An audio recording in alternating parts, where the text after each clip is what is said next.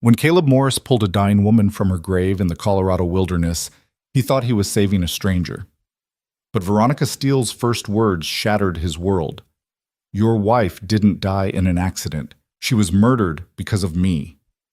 Now, with his 8-year-old daughter's life on the line and a billionaire's blood on a killer's hands, Caleb must choose between the quiet life he's built and the dangerous truth his wife died protecting. Stay until the end and comment what city you're watching from. I want to see how far this story travels. The Colorado mountains held their secrets close, wrapped in pine and shadow, buried under years of silence. Caleb Morris had learned to live with silence. It had been his companion for 3 years now, ever since the day the highway patrol knocked on his door with news that turned his world to ash. His wife Lisa, brilliant, fearless Lisa, gone in an instant, they said. A tragic accident on a mountain road. Faulty brakes. Just one of those things. Except it wasn't.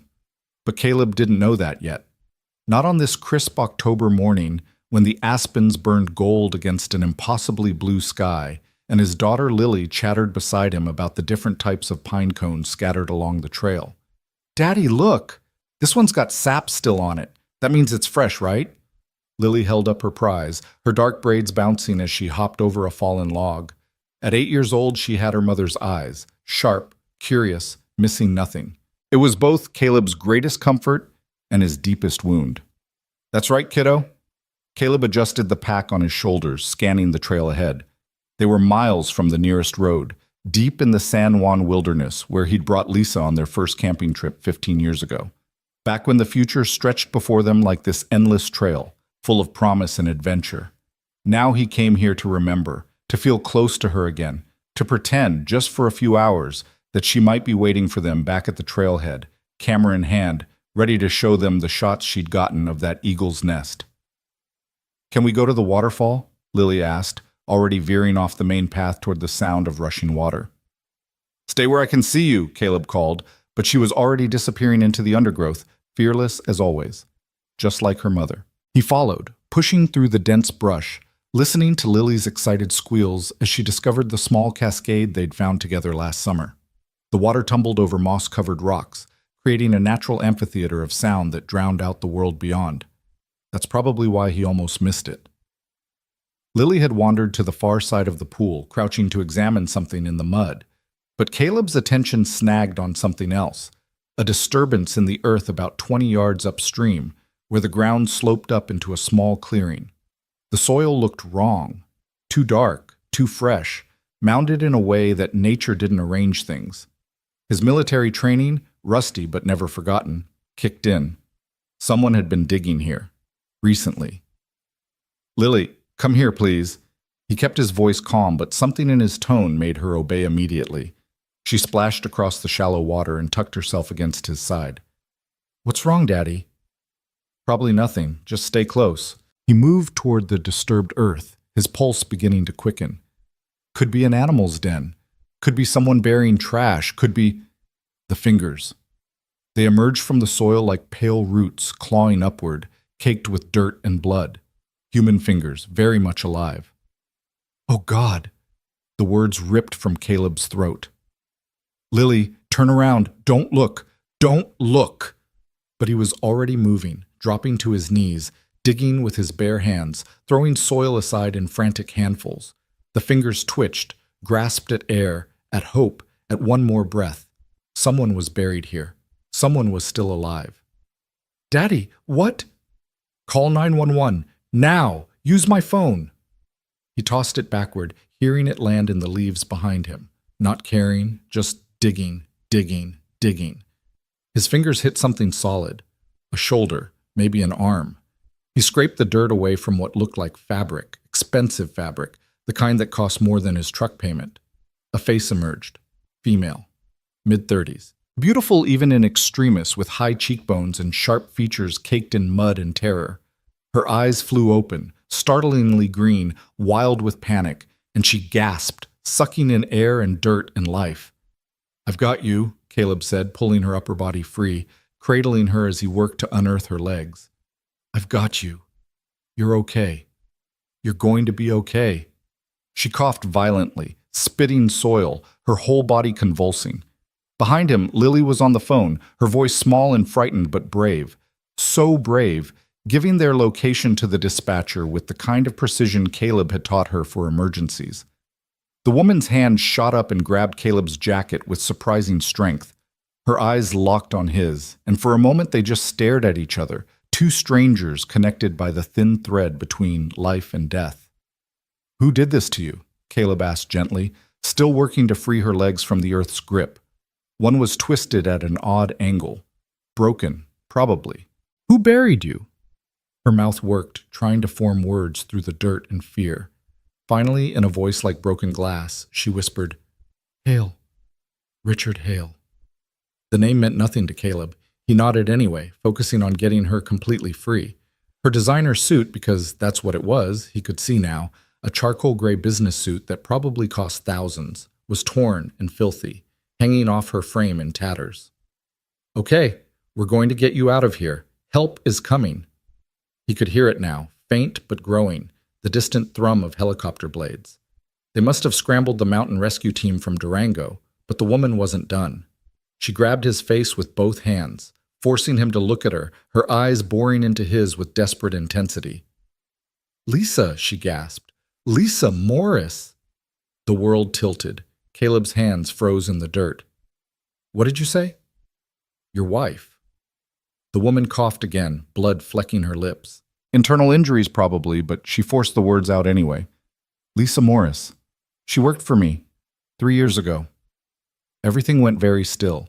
Even Lily's voice on the phone seemed to fade away, leaving just this moment, this woman, this name that haunted every corner of Caleb's life. "You knew Lisa?" His voice came out strangled.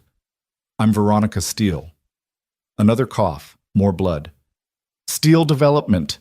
Your wife, she was my compliance officer, and she's dead because of me."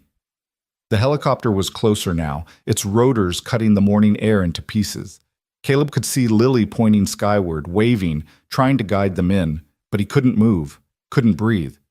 "What are you talking about? Lisa died in a car accident." Veronica Steele's laugh was bitter and broken. "Is that what they told you?" "No, no accident. She found something in my company's books. Something that would have destroyed. Her eyes rolled back, consciousness slipping. "Stay with me." Caleb shook her gently. "What did she find? What are you talking about?" "Murder," Veronica whispered, her eyes focusing again with effort. "Money laundering, trafficking, millions. She tried to tell me. I didn't listen fast enough. And Hale..." Her fingers dug into his jacket. "Hale killed her for it, cut her brakes, made it look like an accident, and now he tried to kill me because I finally figured it out." The world wasn't tilting anymore, it was shattering, fracturing into a million pieces of before and after, truth and lies, accident and murder.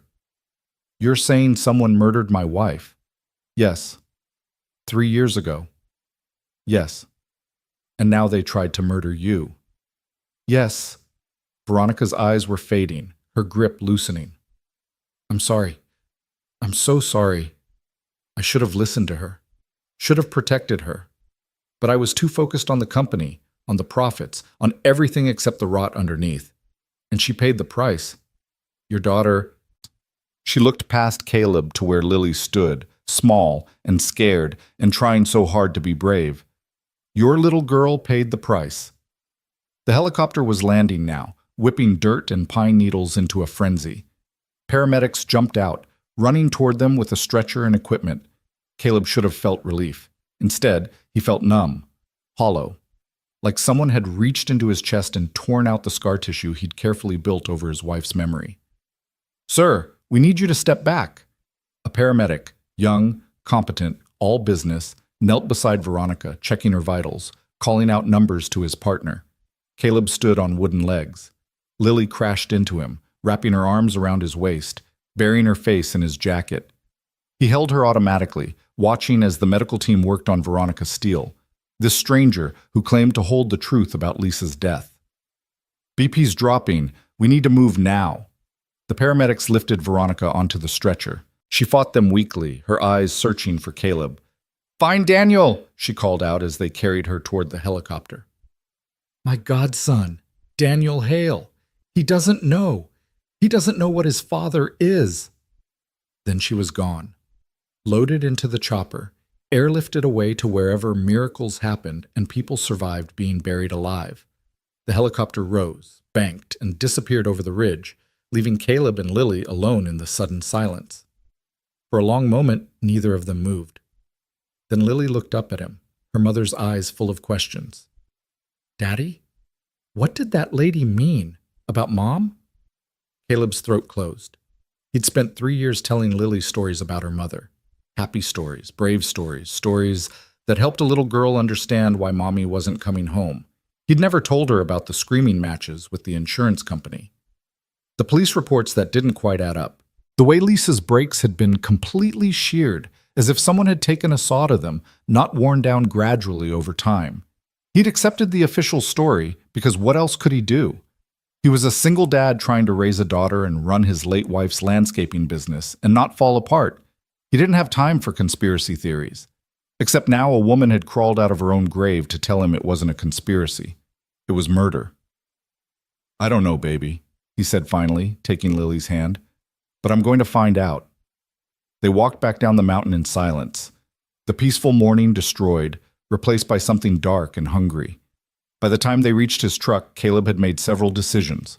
First, they were going straight to the hospital in Durango where they'd taken Veronica Steele. Second, he was calling his old Army buddy Marcus, who'd gone into private security and owed him a favor. Third, he was getting answers. The drive to Durango took 90 minutes through winding mountain roads. Caleb's hands were white-knuckled on the steering wheel the entire time. Lily sat in the back seat, uncharacteristically quiet, drawing in her notebook. She always drew when she was processing something difficult. When Lisa died, she'd filled a dozen notebooks with pictures of flowers and angels and a stick-figure family that got smaller and smaller on each page. His phone rang as they hit the outskirts of town. Marcus. "Got your message," his friend said without preamble. Marcus didn't waste words. Never had. "You okay?" "Define okay," Caleb said, watching Lily in the rearview mirror. She had her earbuds in, lost in whatever kid podcast she'd been binging lately. "Found a woman buried alive this morning. She says Lisa was murdered." Silence. Then, "Say that again?" Caleb did, laying out the whole strange encounter in clipped sentences. When he finished, Marcus let out a low whistle. "Veronica Steele. I know that name. Real estate mogul.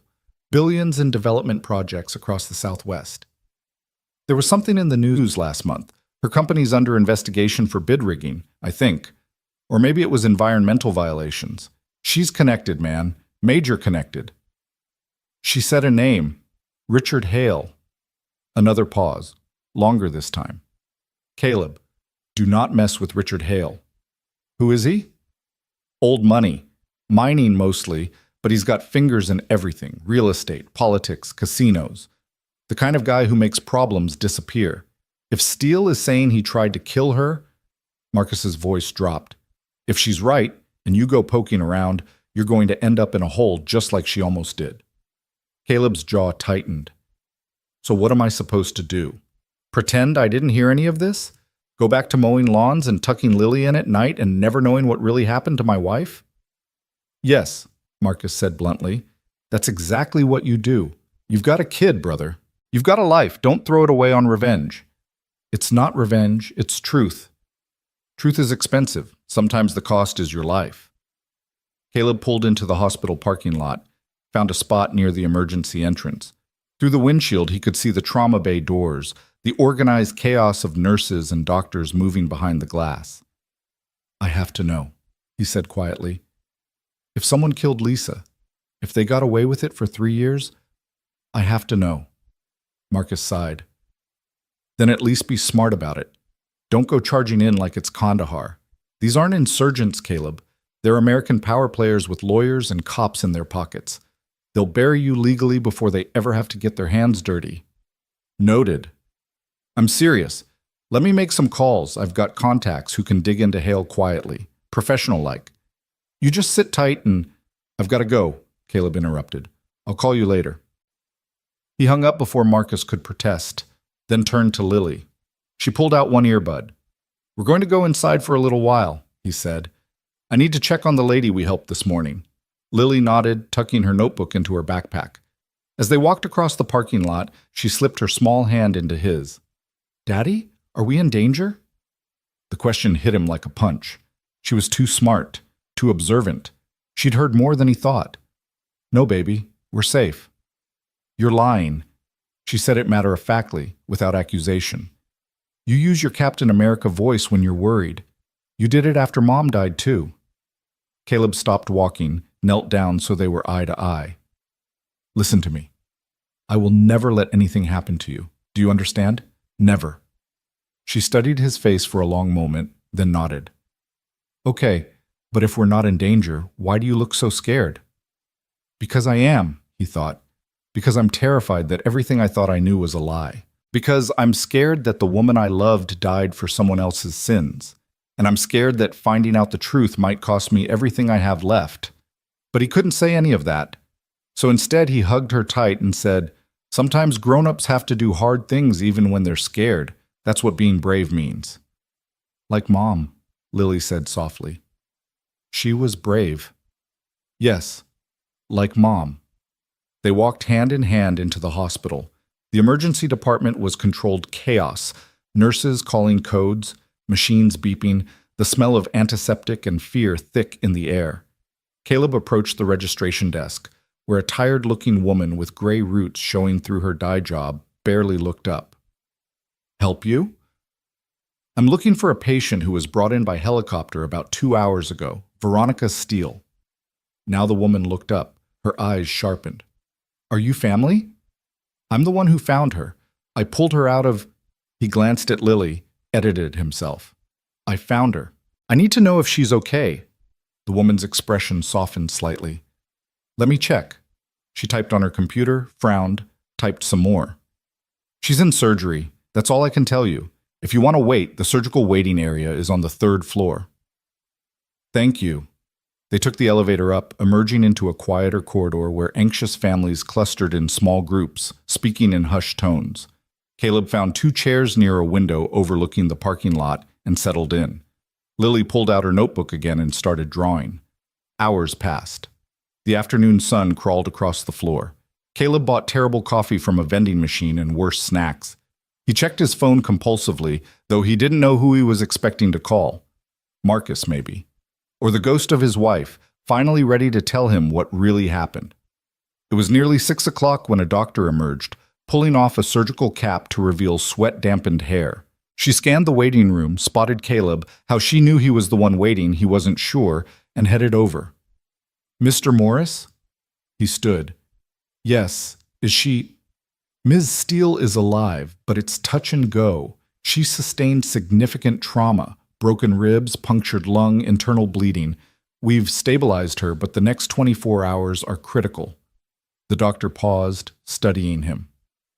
She was asking for you before we put her under. She said to tell you, find the ledger, my office, behind the Rothko.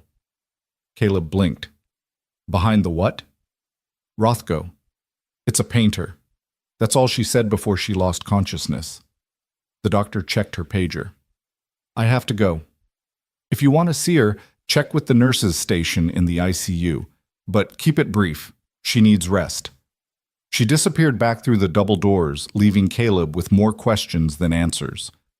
Find the ledger, her office, behind the Rothko. What the hell was a Rothko? He pulled out his phone, typed the name into Google. Mark Rothko.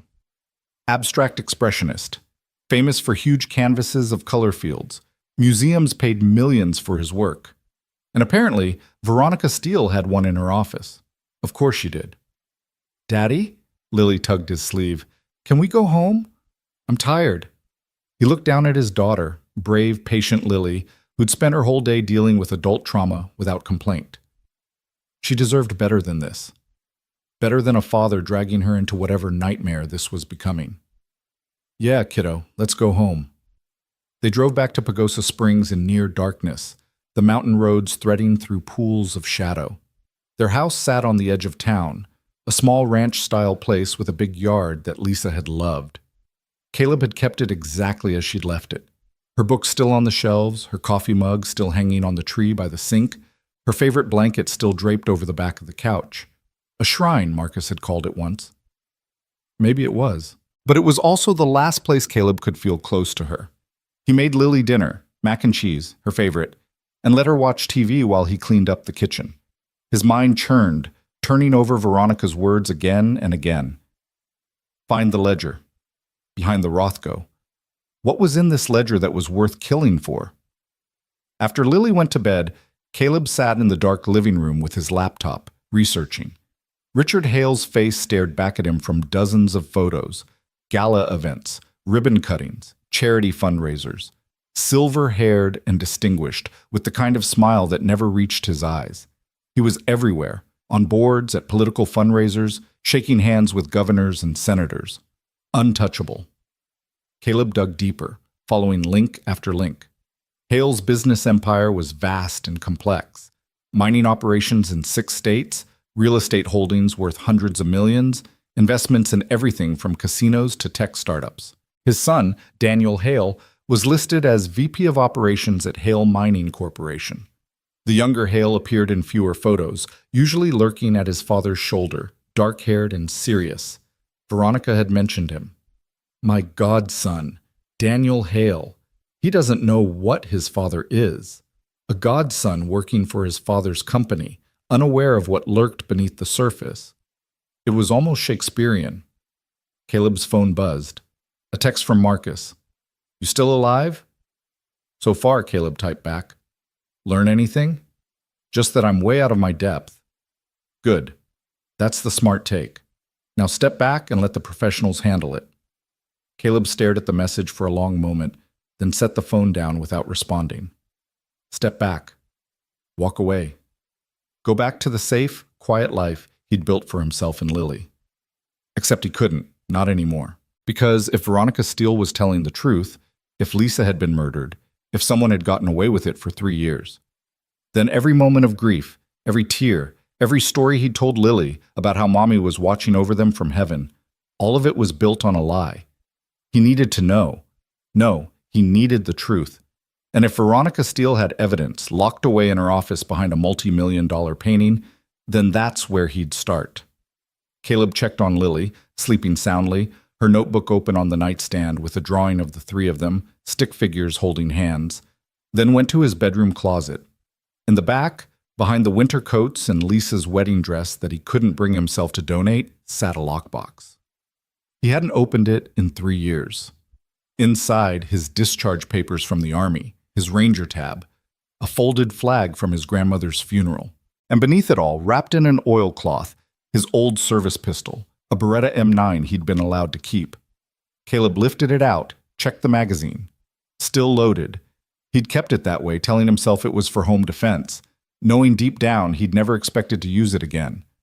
Now he wasn't so sure. He wrapped the gun back up and tucked the lockbox under his bed, then returned to his laptop. Steele Development had offices in downtown Denver. A quick search revealed that Veronica Steele's personal office occupied the top floor of a building in the Lodoo district, a modern glass and steel structure with state-of-the-art security. Great. His phone buzzed again. Another text from Marcus. Okay, I pulled some strings. Hale is bad news. Suspected involvement in at least 3 unsolved murders over the past decade, all people who threatened his business interests. But nothing sticks. Guy's got connections in the DA's office, state police, even the FBI. Caleb's blood ran cold. Are you saying he's untouchable? I'm saying if you go after him, you better not miss, because you won't get a second shot. The phone rang before Caleb could respond. Unknown number. He answered anyway. Mr. Morris? A male voice, young, nervous. Who is this? My name is Daniel Hale. I'm Veronica Steele's godson. She told me about you. About what happened in the mountains. Caleb sat up straighter. Where are you calling from? My car. I'm outside your house. Every instinct Caleb had learned in the Army screamed at him. He moved to the window, peering through the curtains. Sure enough, a black Mercedes sat at the curb, headlights off. He could just make out a figure in the driver's seat. Why are you here? Because Veronica asked me to protect you. Daniel Hale's voice cracked. And because I think my father tried to kill her." The words hung in the air between them, heavy with implications. "Come to the door," Caleb said finally. Slowly. "Keep your hands where I can see them." He hung up, moved to the front door, and waited. Through the peephole, he watched Daniel Hale emerge from the Mercedes. Tall, lean, maybe 30 years old, wearing jeans and a button-down shirt. He walked up the path with his hands raised, palms out. Caleb opened the door. "Inside, quickly." Daniel slipped into the house, and Caleb shut the door behind him, locking it. They stood in the hallway, sizing each other up. Daniel had his father's sharp features, but none of his coldness. Instead, he looked haunted, like a man who'd seen the monster beneath the mask. "Talk," Caleb said. Daniel took a shaky breath. "Veronica is my godmother. She and my mom were college roommates. After my mom died, Veronica kept tabs on me, even though my dad, he didn't like it, said she was too liberal, too soft, but she was there for me when nobody else was. And now? Now she's in the ICU, and the police are calling it a random attack. But it's not random. I know it's not." Daniel's hands clenched into fists. "My father has been acting strange for weeks. Secret meetings, phone calls at odd hours. And yesterday I overheard him talking to someone, I don't know who, about taking care of the steel problem. That doesn't prove anything." "No. But this does." Daniel pulled out his phone, swiped through it, held it up. It showed a text message. "Location confirmed. Job done. Awaiting payment." The timestamp was from early this morning, around the time Caleb had found Veronica. "Who sent this?" Caleb asked. "It came to my father's phone. I went through it while he was in the shower this morning. I've been going through all his stuff, actually, ever since Veronica called me 3 days ago and said she'd found something that connected my father to criminal activity." Caleb's pulse quickened. "What did she find?" "She wouldn't say. Just that it was dangerous. That I needed to be ready to choose between my father and the truth." Daniel's voice broke. "I didn't believe her. I thought maybe she'd made a mistake, that my father, whatever his faults, he couldn't. But now you think differently." "Now I know differently." Daniel met Caleb's eyes. "Veronica regained consciousness for a few minutes this evening. Just long enough to tell me what happened, how your wife found evidence of money laundering running through steel development, how the money was coming from my father's operations, drugs, human trafficking, illegal mining operations in Mexico, how Lisa tried to expose it and died for it, and how Veronica only recently realized what Lisa had been trying to tell her." The room spun. Caleb sat down heavily on the stairs. "My wife was murdered over a money laundering scheme?" "Your wife was murdered because she was about to blow the whistle on a criminal empire worth billions. My father's empire." Daniel's face twisted with pain. "I'm sorry. I'm so sorry. I didn't know. I swear I didn't know." They sat in silence for a moment, two men bound by the sins of someone they'd both trusted. "Veronica said something," Caleb said finally. "Before surgery. She said to find the ledger, behind the Rothko in her office." Daniel nodded slowly. "I know what she's talking about. She's got a Rothko in her private office, orange and yellow, one of his most famous pieces. And if she says there's a ledger behind it, then that's where Lisa's evidence is. Can you get us in?" "Maybe. Veronica gave me an access card once for emergencies. But the building has security, cameras, guards." Daniel hesitated. If we go after this evidence, my father will know. He'll come after us." "He's already coming after us," Caleb said. "We just don't know it yet." Daniel swallowed hard, then nodded. "Okay. When?" "Tonight." "Tonight, but your father tried to murder Veronica this morning. He's either going to send someone to finish the job, or he's going to try to destroy the evidence before anyone can find it. We can't wait." Daniel looked sick but didn't argue. "What about your daughter?" "Lily. God, Lily." Caleb had almost forgotten she was sleeping upstairs, lost in the chaos of revelations. "I need to call in a favor." He pulled out his phone, dialed Marcus. "Hey, I need you to come to Pagosa Springs now, and I need you to watch Lily." "What? Caleb, what are you doing?" "Something stupid and necessary. Can you be here in 3 hours?" A long pause. You're really doing this. You're going after Hale. I'm going after the truth. That's the same thing. Marcus sighed. Fine, I'll be there. But Caleb, you better come back alive or I'll kill you myself. Caleb hung up and turned to Daniel. We've got 3 hours. Tell me everything you know about your father's operation. They spent the next hours at Caleb's kitchen table, Daniel spilling secrets he'd spent a lifetime learning. Richard Hale's empire was vast and terrible. Mines in Mexico operated with slave labor, brothels disguised as massage parlors, construction projects built with laundered drug money. And at the center of it all, a complex web of shell companies and offshore accounts designed to hide the blood money. Steel development was supposed to be clean, Daniel explained. That's why my father partnered with Veronica. She had the reputation, the connections, the legitimacy. He needed her company to wash his money, make it look like legitimate real estate deals instead of cartel profits. And Lisa found out. Lisa was doing a routine compliance audit. She found irregularities, cash payments that didn't match up, contractors that didn't exist, invoices for materials that were never delivered. She started pulling at the thread and Daniel didn't finish. He didn't have to. At midnight, Marcus arrived. A bear of a man with a scarred face and kind eyes. He took one look at Caleb and Daniel sitting at the kitchen table and shook his head. You two look like you're planning a funeral. Maybe we are, Caleb said. He quickly filled Marcus in on the plan. Marcus listened without interruption, his expression growing darker by the minute.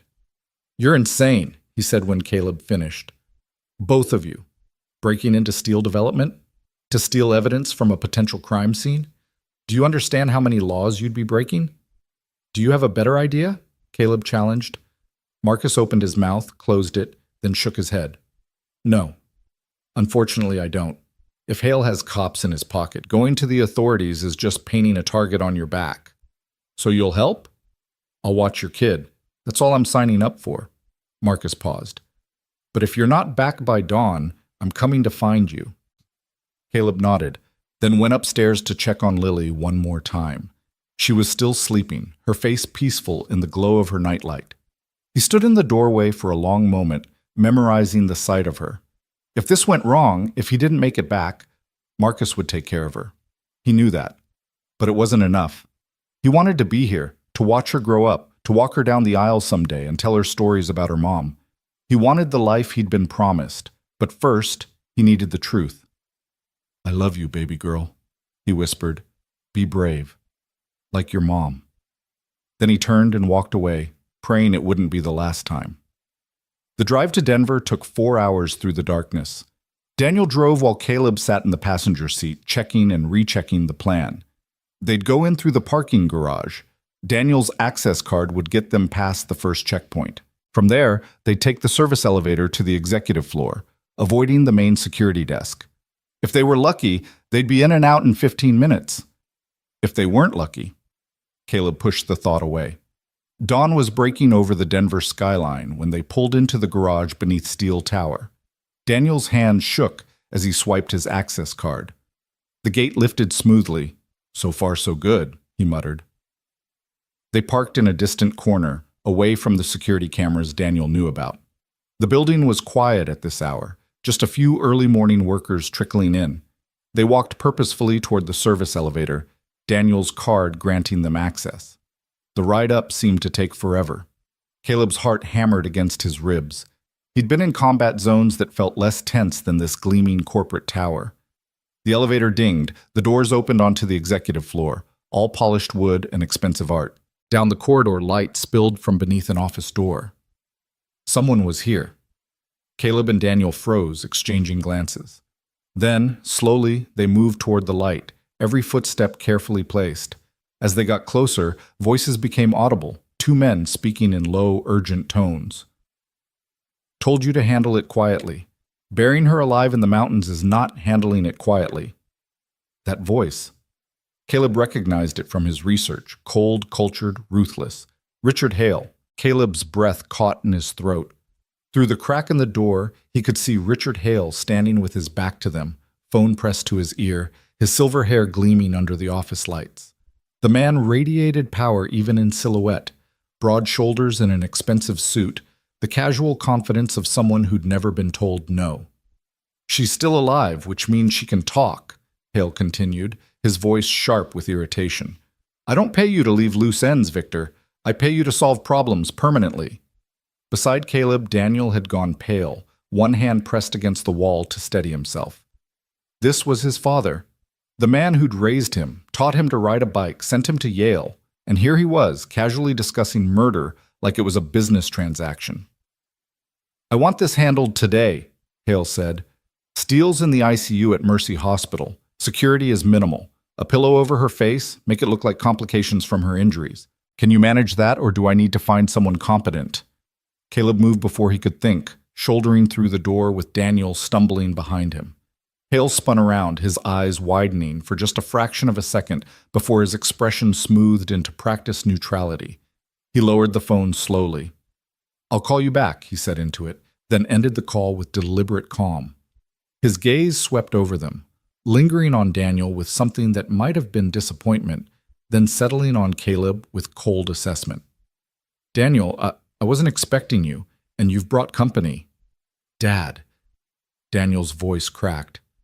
Tell me I didn't just hear what I think I heard. You heard a private conversation that's none of your business. Hale slipped his phone into his pocket, his movements unhurried. Who's your friend? Caleb Morris, Caleb said, stepping forward. Lisa Morris's husband. Something flickered in Hale's eyes. Recognition, calculation, maybe a hint of regret, but it passed quickly. Ah, the landscaper. I wondered when you'd surface. You knew my wife. I knew of her. She was an inconvenience that was handled. Hale said it like he was discussing pest control. I'm sorry for your loss, Mr. Morris, but you're trespassing in a private office building. I suggest you leave before I call security. Call them, Caleb challenged. I'd love to explain to the police why we're here. I'm sure they'd be very interested in what we just overheard. Hale smiled, a thin, dangerous expression. Would they? Or would they be more interested in why you broke into a secured building after hours, accompanied by my emotionally unstable son, who's been exhibiting signs of psychosis? He turned to Daniel. How are those therapy sessions going, by the way? Still struggling with those paranoid delusions about your father? Daniel flinched. That's not what this is. Of course it is.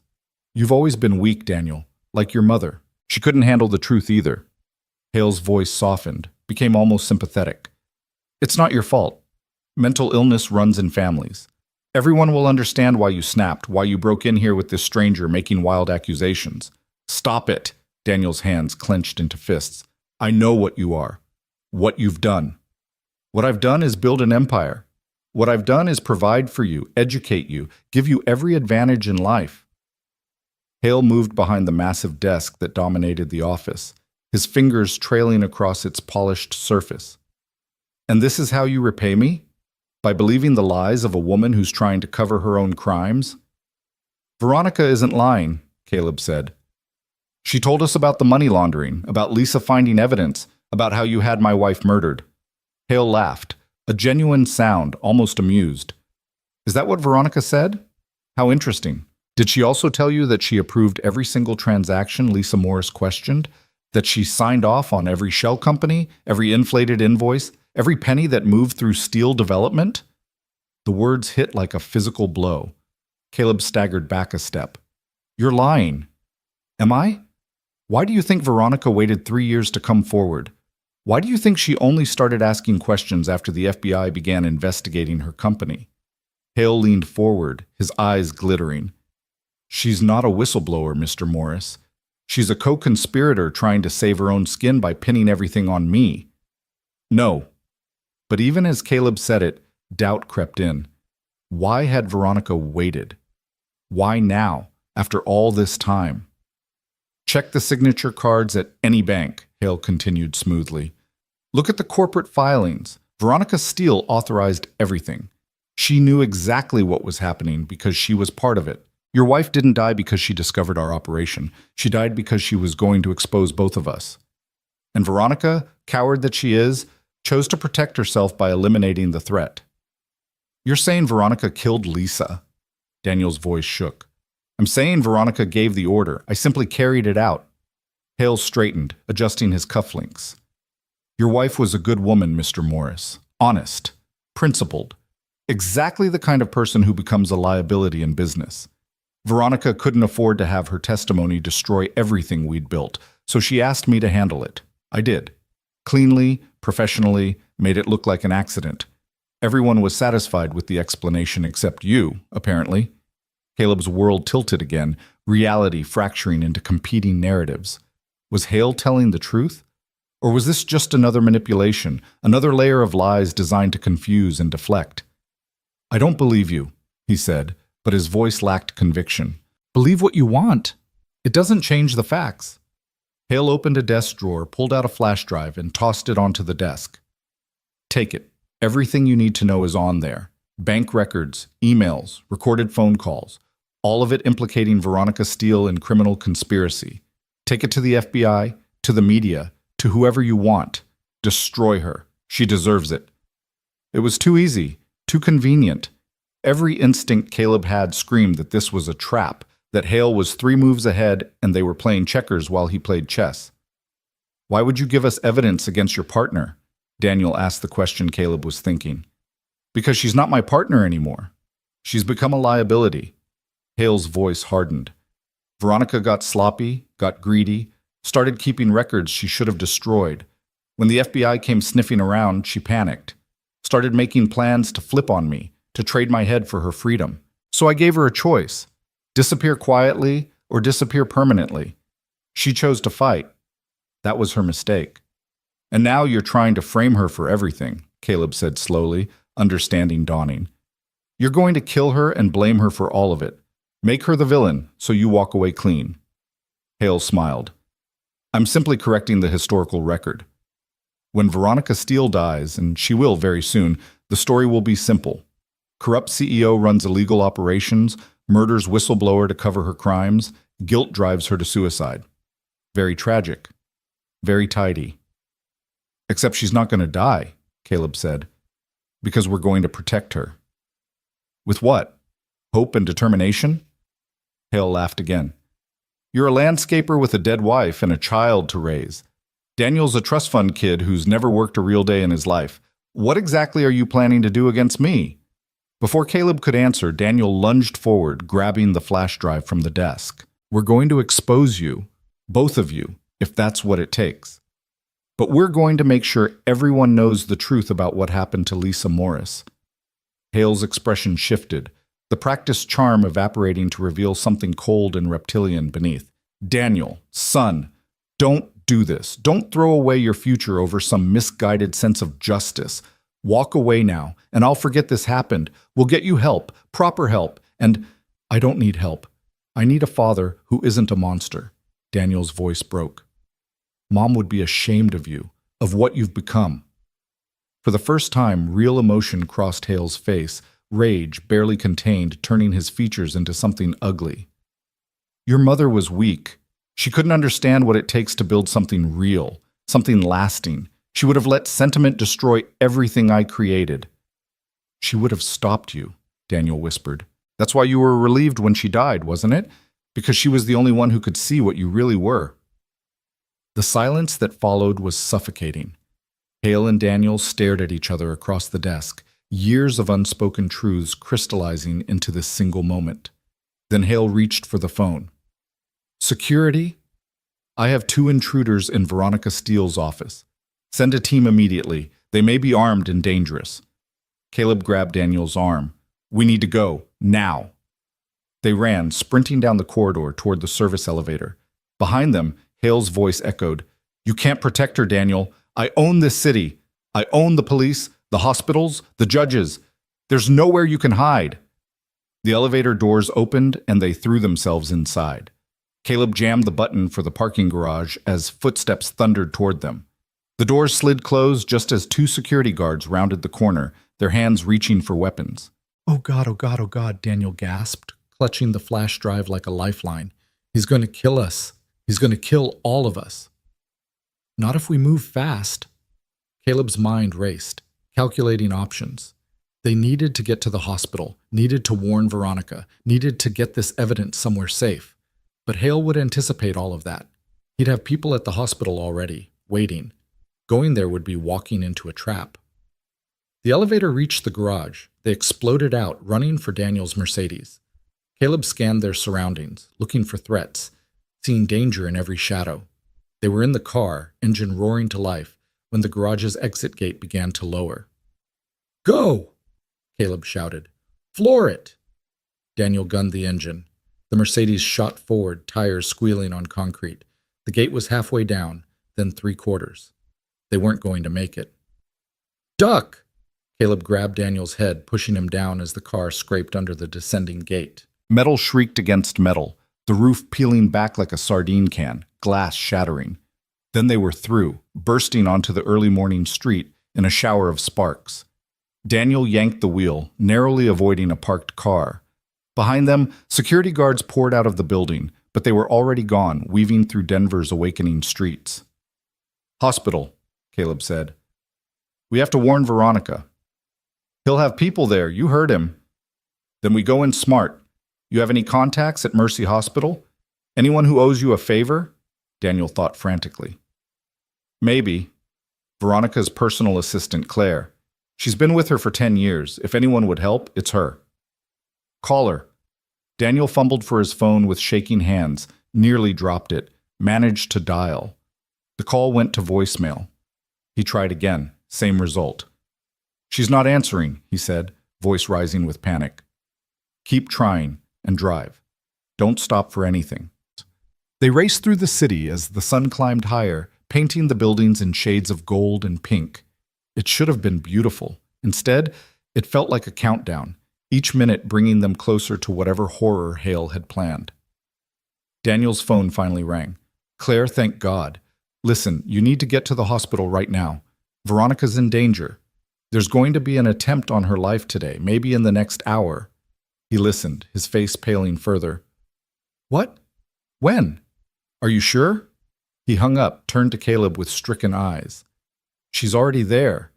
She went to check on Veronica early this morning and found 2 men in her room. They claimed to be orderlies, but Claire didn't recognize them, and their badges looked fake. She raised hell, got real security involved, and they ran." "Did they hurt Veronica?" "No, but Claire says she's terrified. She's been asking for me. For both of us." Caleb checked his watch. 6:15 in the morning. "How long to the hospital?" 20 minutes. Maybe 15 if I ignore every traffic law." "Ignore them." Daniel drove like a man possessed, weaving through traffic, running red lights, pushing the damaged Mercedes to its limits. Caleb kept his eyes on the mirrors, watching for tails. But if Hale had people following them, they were too skilled to spot. They screeched into the hospital parking lot at 6:32, abandoning the car in a no-parking zone and sprinting for the entrance. Claire met them in the lobby, a severe woman in her 50s with steel-gray hair and eyes that had seen too much. "She's in room 847, Claire said without preamble. "But there's a problem. 2 uniformed cops showed up 10 minutes ago claiming they need to question her about the attack. They're outside her room right now." "Are they real cops?" Caleb asked. "Their badges look real, but—" Claire hesitated. "One of them keeps checking his phone, and they're not acting like any police I've ever seen. Too nervous. Too focused on getting into her room." Hale's people. Had to be.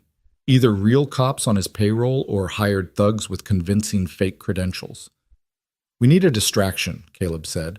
"Something to pull them away from that room long enough for us to get Veronica out." "Get her out?" Daniel stared. "She just had surgery. She can barely breathe on her own. And she'll definitely die if she stays here." Caleb turned to Claire. "Is there a back entrance to the ICU? Service elevator? Loading dock? Something?" Claire's eyes sharpened with understanding.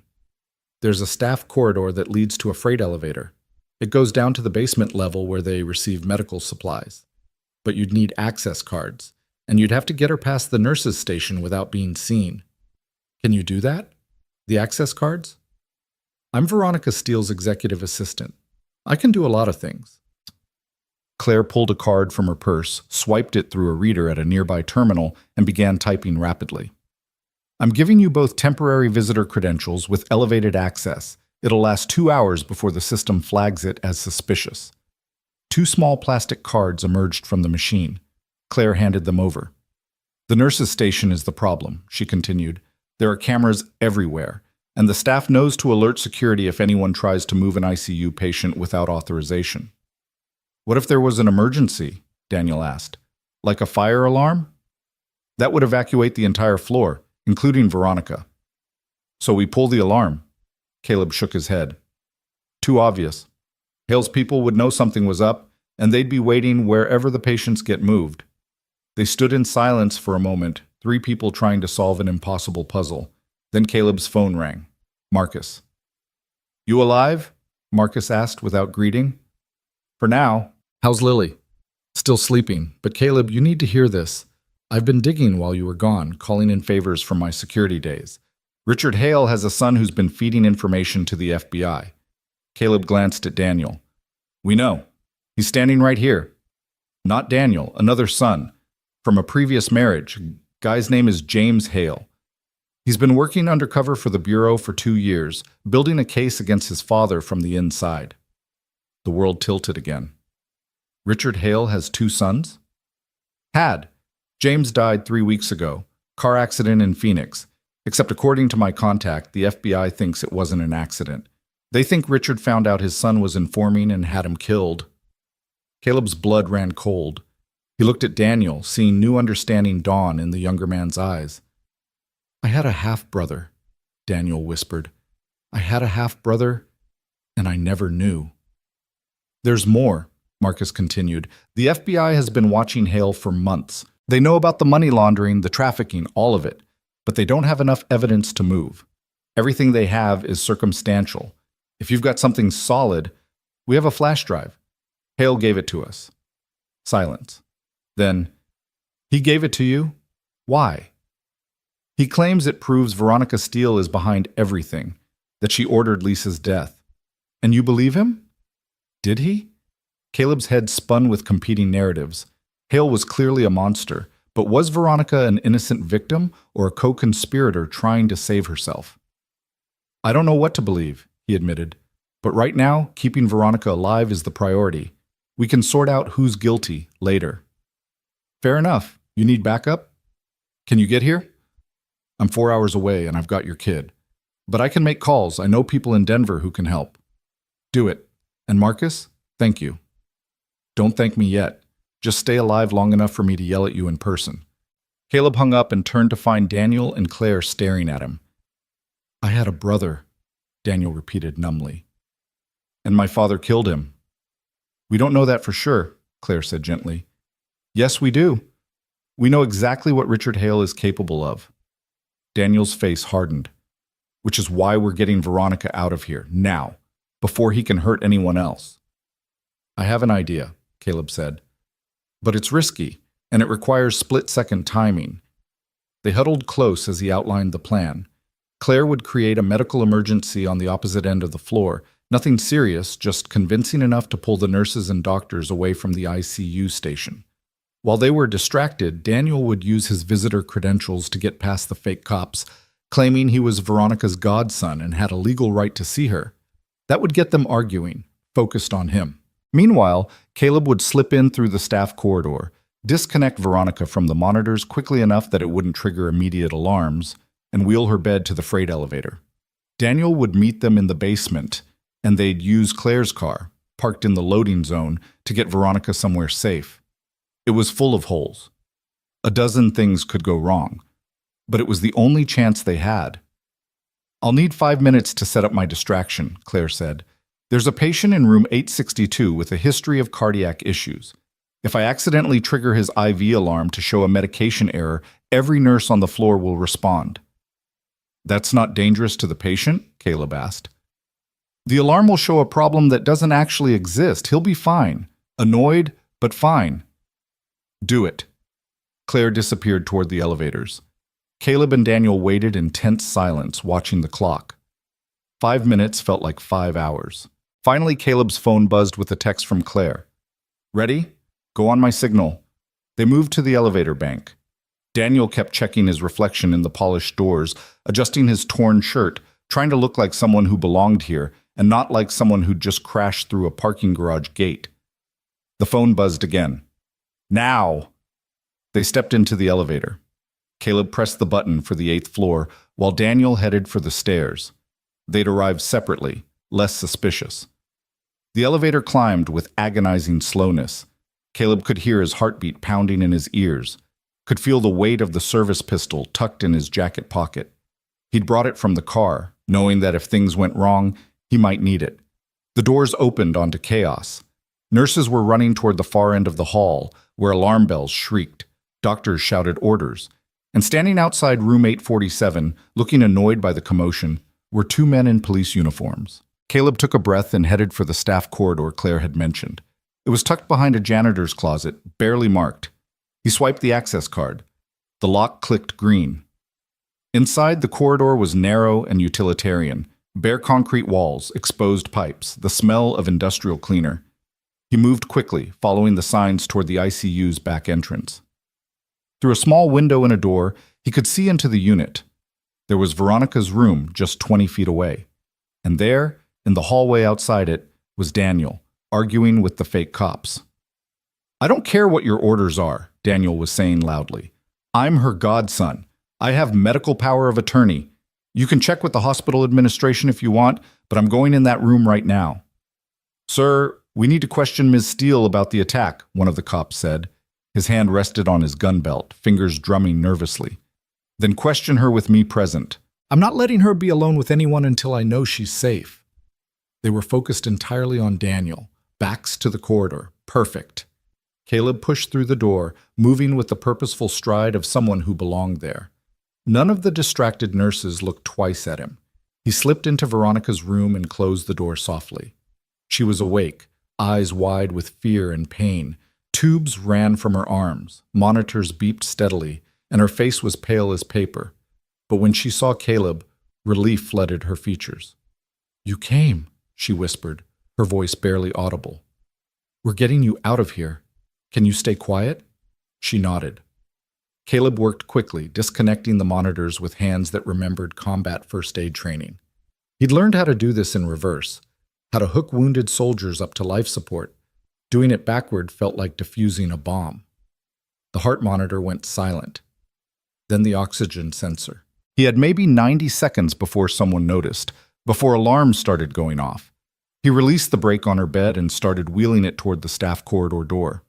Veronica bit her lip against pain, tears streaming down her face, but she didn't make a sound. They were almost there when one of the fake cops glanced through the room's window. "Hey, what the hell are you doing?" Everything happened at once. The cop shoved Daniel aside and burst through the door.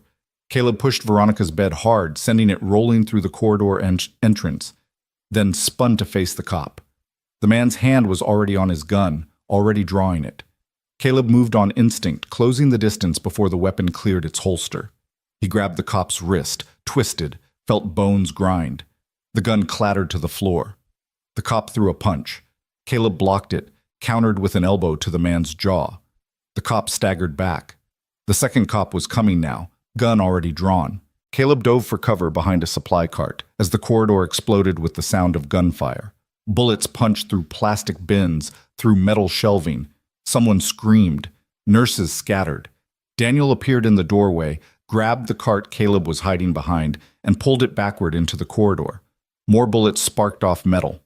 Then the door slammed shut and Daniel was jamming a security bar across it. "Go!" he shouted. "I'll hold them! You'll die! Then I die doing something that matters. Go!" Caleb ran, pushing Veronica's bed ahead of him. Behind them, fists hammered on the door, wood splintering.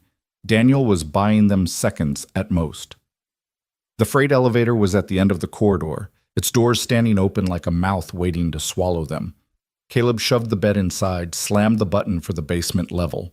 As the doors began to close, he saw the corridor door explode inward, saw Daniel go down under a tackle, saw one of the fake cops raise his gun. Then the elevator doors cut off his view and they were descending, Veronica sobbing quietly, Caleb's hands shaking with adrenaline and horror.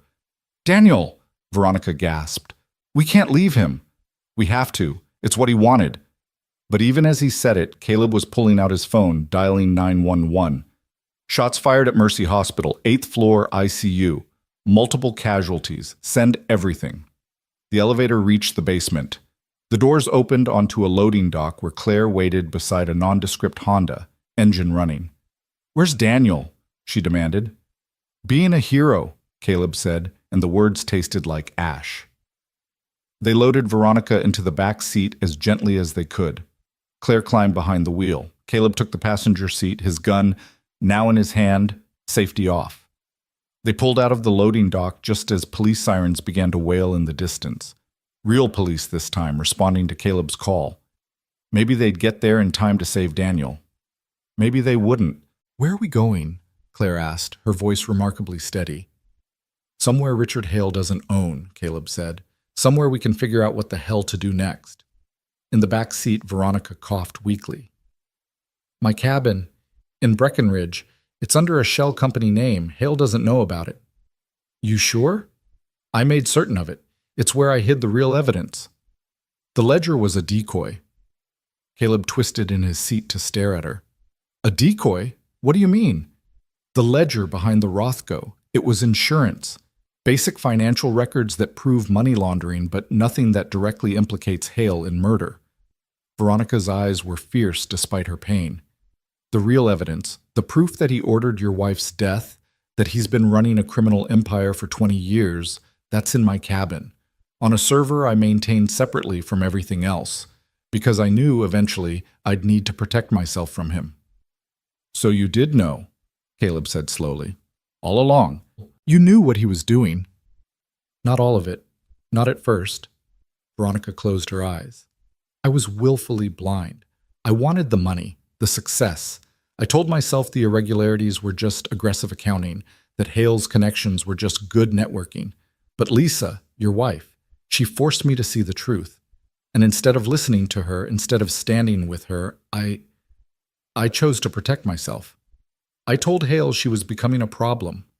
The confession hung in the air between them, heavy as sin. "You gave the order," Caleb said flatly. "I told him to handle it. I didn't say how. I didn't ask. I wanted the problem to go away." Tears streamed down Veronica's face. "I'm a coward, Mr. Morris. I let your wife die because I was too scared to lose everything I'd built, and I've been living with that guilt every day since. When the FBI started investigating, I saw it as my chance to finally make it right, to expose Hale, to give Lisa's death meaning. But I was too slow. He figured out what I was planning and tried to kill me." Caleb wanted to hate her, should hate her. This woman had facilitated his wife's murder, had let Lisa die to save her own skin. But looking at her now, broken, terrified, finally trying to do the right thing even if it was 3 years too late, he couldn't find it in himself to feel anything but tired. "If we do this," he said, "if we go to your cabin and get this evidence and expose Hale, there's no going back. You'll go to prison too. You know that, right?" "I know, and I deserve it." "You could still run. Take the evidence, cut a deal with the FBI, testify against Hale in exchange for immunity." Veronica shook her head. "I could, but that's what a coward would do, and I'm done being a coward." Claire glanced in the rearview mirror. "We've got company. Black SUV, 3 cars back, been following us since we left the hospital." Caleb turned to look. Sure enough, there it was, tinted windows, aggressive driving, keeping pace despite Claire's evasive maneuvers. "Hale's people?" Claire asked. "Who else?" Caleb checked his gun. 13 rounds. Against how many of them? "There's another one," Claire said. "Gray sedan, right lane. They're trying to box us in." The trap was closing. They were on I-70 now, heading toward the mountains, traffic thick with morning commuters. No way to outrun their pursuers without causing a massive accident. "Options?" Claire demanded. Caleb's mind raced. They couldn't go to the police. Hale owned too many of them. Couldn't go to a hospital. They just escaped from one. Couldn't even go to Veronica's cabin because Hale's people would follow them there. His phone rang. "Daniel." "You're alive," Caleb breathed. "Barely. Those fake cops are real cops, or were, off-duty deputies from Jefferson County that Hale hired for security work." Daniel's voice was strained. "I'm in custody right now, but the real cops are starting to ask questions. About why 2 sheriff's deputies were trying to assassinate a patient. About why they opened fire in a hospital. I told them everything, Caleb, about my father, about the money laundering, about Lisa. They're listening." "Did they believe you?" I don't know, but it bought you time. Where's Veronica? Safe. We're heading to Breckenridge to her cabin. She says there's evidence there. Don't go. The certainty in Daniel's voice made Caleb's blood run cold. Why not? Because I know my father. If Veronica has evidence hidden somewhere, he's already thought of that. He's probably had surveillance on that cabin for weeks, waiting to see if she'd lead him there. You're walking into an ambush. Then what do we do? Give me the flash drive. Let me take it to the FBI. It's not perfect evidence, but combined with my testimony, with what happened at the hospital, it might be enough to get them moving. To get warrants issued before Hale can destroy everything. Your father said that flash drive implicates Veronica in everything, that it makes her look like the mastermind. Maybe. But right now, getting both of them arrested is better than letting both of them walk free. Daniel paused. My father killed my brother Caleb. He killed your wife. He tried to kill Veronica, and he would have killed me too if the real police hadn't shown up. I don't care if I send him to prison by throwing my godmother under the bus. I care about stopping him before anyone else dies. It was cold, ruthless, and absolutely right. We'll meet you, Caleb decided, but not in Denver, somewhere public, lots of witnesses. Red Rocks Amphitheater. There's a sunrise yoga class that starts at 7. 100 people, park rangers, security. Hale can't make a move there without exposing himself. Caleb checked the time. 6:55. They could make it, barely, if they lost their tail.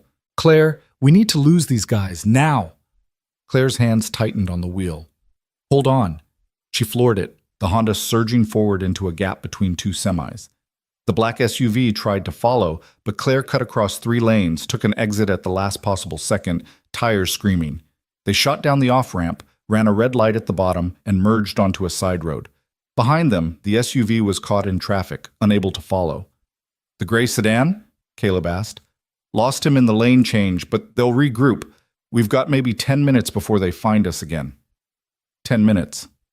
Caleb punched Red Rocks into his phone's GPS. 17 minutes away. It was going to be close. They raced through the foothills west of Denver, the landscape shifting from urban sprawl to red sandstone formations.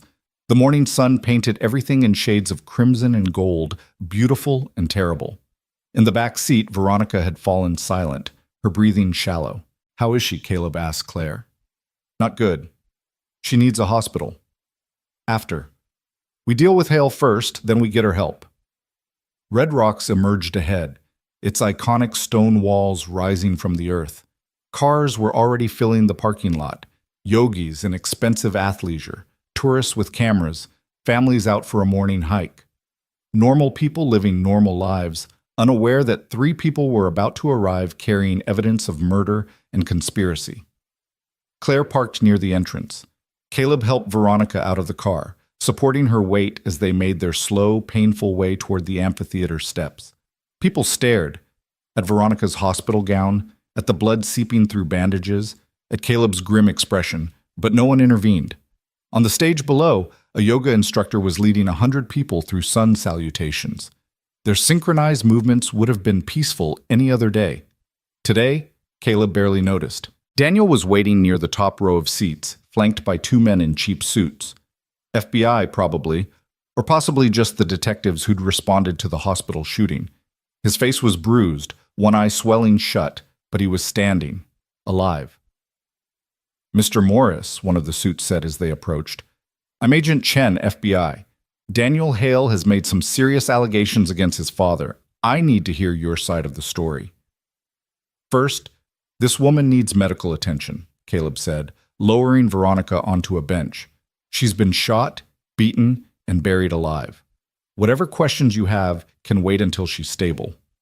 Agent Chen signaled to someone below. Paramedics began making their way up the stairs.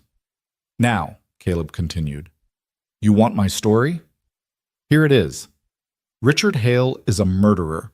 He's been running a criminal empire for decades, using steel development to launder money from drug trafficking, human trafficking, and illegal mining operations. 3 years ago, my wife discovered evidence of his crimes, and he had her killed. Yesterday, he tried to kill Veronica Steele to keep her from exposing him. This morning, he sent hired cops to finish the job. And right now, he's probably destroying evidence as fast as he can. That's quite an accusation, Agent Chen said carefully. Do you have any proof? Daniel held up the flash drive. This contains financial records proving the money laundering, and Veronica has...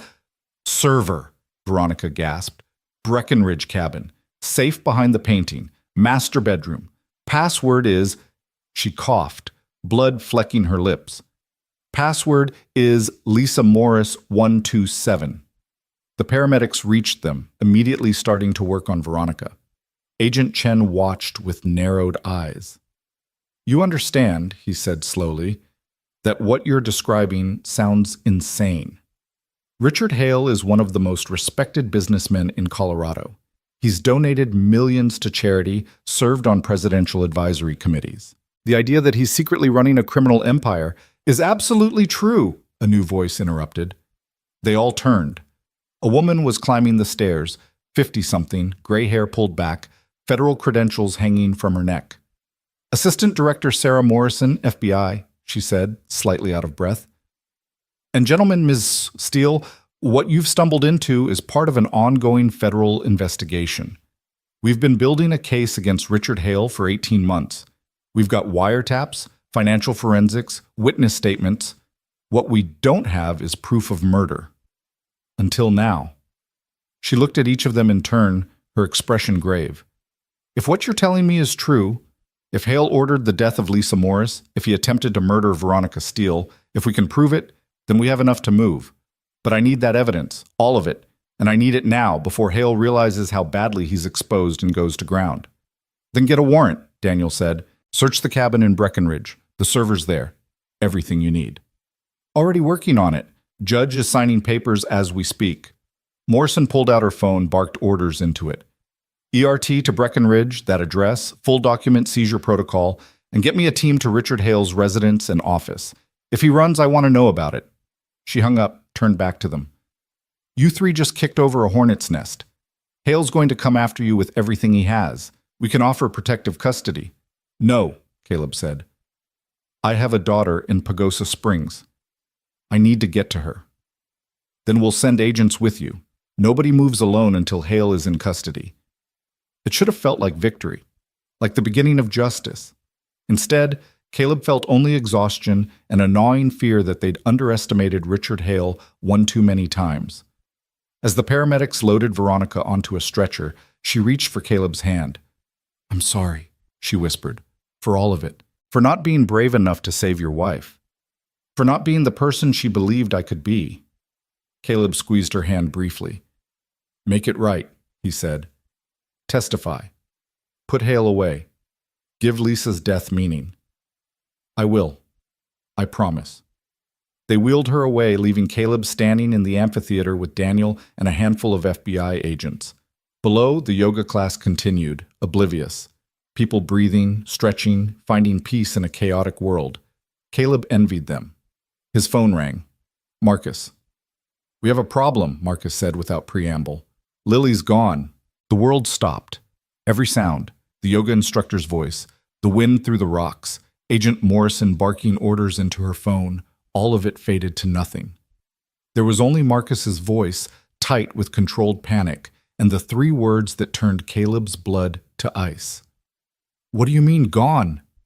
The words came out strangled, barely human. I mean, I went to check on her 15 minutes ago, and her room was empty, windows open, screens been cut from the outside. There's a note on her pillow. Marcus's breathing was harsh. Caleb, it says, we have your daughter. You have something we want. Call this number. There's a phone number written below it. Caleb's legs gave out. He sat down hard on the stone bench, phone pressed to his ear, vision tunneling. Not Lily. Not his little girl. Anyone but her. I'm coming, he managed. Don't call that number. Don't do anything. I'm coming right now. Caleb, the cops are already here. I called 911 the second I found her missing. They're treating it as an abduction. No cops. The words came out harsh, desperate. Marcus, you don't understand. Richard Hale owns half the police in this state. If they get involved, Lily dies. Do you hear me? She dies. Silence on the other end. Then quietly, what have you gotten yourself into, brother? I'll explain everything when I get there. Just keep everyone away from that number until I arrive." He hung up and looked up to find Agent Morrison staring at him, her expression grim. "Richard Hale has my daughter," Caleb said flatly. "He's going to use her as leverage to get the evidence and make all of this go away." Morrison's jaw tightened. "We can help. We have kidnapping response teams, negotiators." "You have a mole." Daniel's voice cut through the chaos. He was pale, shaking, but his eyes were clear. "My father doesn't do anything without insurance. If the FBI has been investigating him for 18 months and he's still walking free, it means he knows exactly what you know, which means someone in your organization is feeding him information." Morrison opened her mouth to protest, then closed it. The calculation in her eyes was cold and practical. Even if that's true, walking into a hostage situation without backup is suicide. "Then I commit suicide," Caleb said, standing, "but I'm getting my daughter back." "Mr. Morris, my wife is dead because she tried to do the right thing, because she trusted that the system would protect her, that justice would prevail. And where did that get her? In the ground with a story about faulty brakes." Caleb's voice rose, all the rage and grief of 3 years finally breaking free. "I'm not losing my daughter to the same system that failed my wife. I'm not trusting anyone except myself." "And me," Daniel said. "You're not doing this alone." "Daniel, you don't have to—" "He has my brother's blood on his hands, my mother's, your wife's. How many more people have to die before someone stops him?" Daniel's face was set, resolved. "I'm coming with you." Agent Morrison looked between them, clearly weighing her options. Finally, she pulled out a business card and pressed it into Caleb's hand. "My direct line. It bypasses all official channels. If you need help, call me. I'll come alone." Caleb pocketed the card and started running, down the amphitheater steps, past the yoga class, through the parking lot to where Claire still waited with her Honda. Daniel was right behind him. "Drive," Caleb barked as they threw themselves into the car. "Pagosa Springs, fast as you can." Claire didn't ask questions. She just put the car in gear and floored it, sending them rocketing out of the parking lot and onto the highway. Caleb pulled out his phone, stared at it, his hand shaking so badly he could barely hold it. 8 years old. Lily was 8 years old. She'd already lost her mother, already spent 3 years learning to live with that hole in her heart. And now this.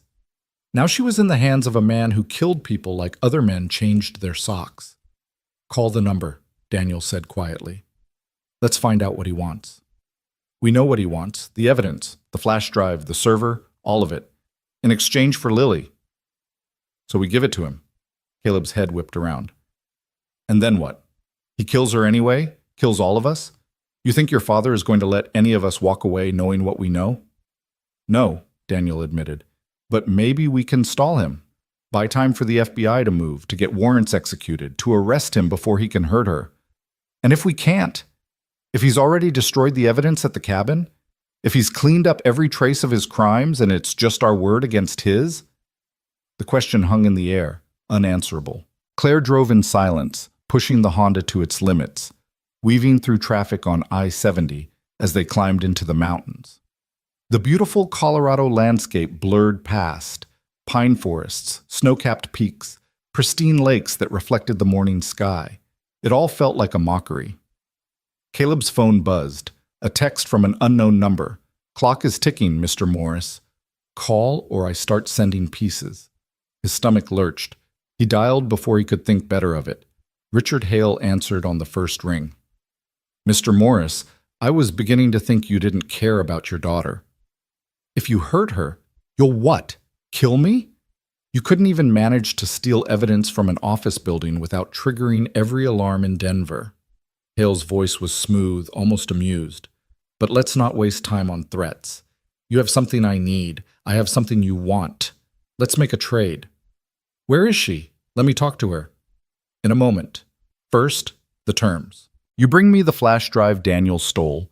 You tell me the location of Veronica's hidden server, and you convince Veronica to recant her accusations. Do all three, and your daughter goes home.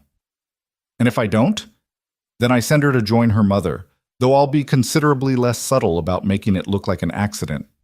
Hale paused, let the words sink in. I'm texting you an address. Be there in 2 hours. Come alone, unarmed, with everything I asked for. Deviate from these instructions in any way, and the child dies. Are we clear? Crystal. Good. Now, as promised. There was a rustling sound, then Lily's voice, small and terrified. Daddy?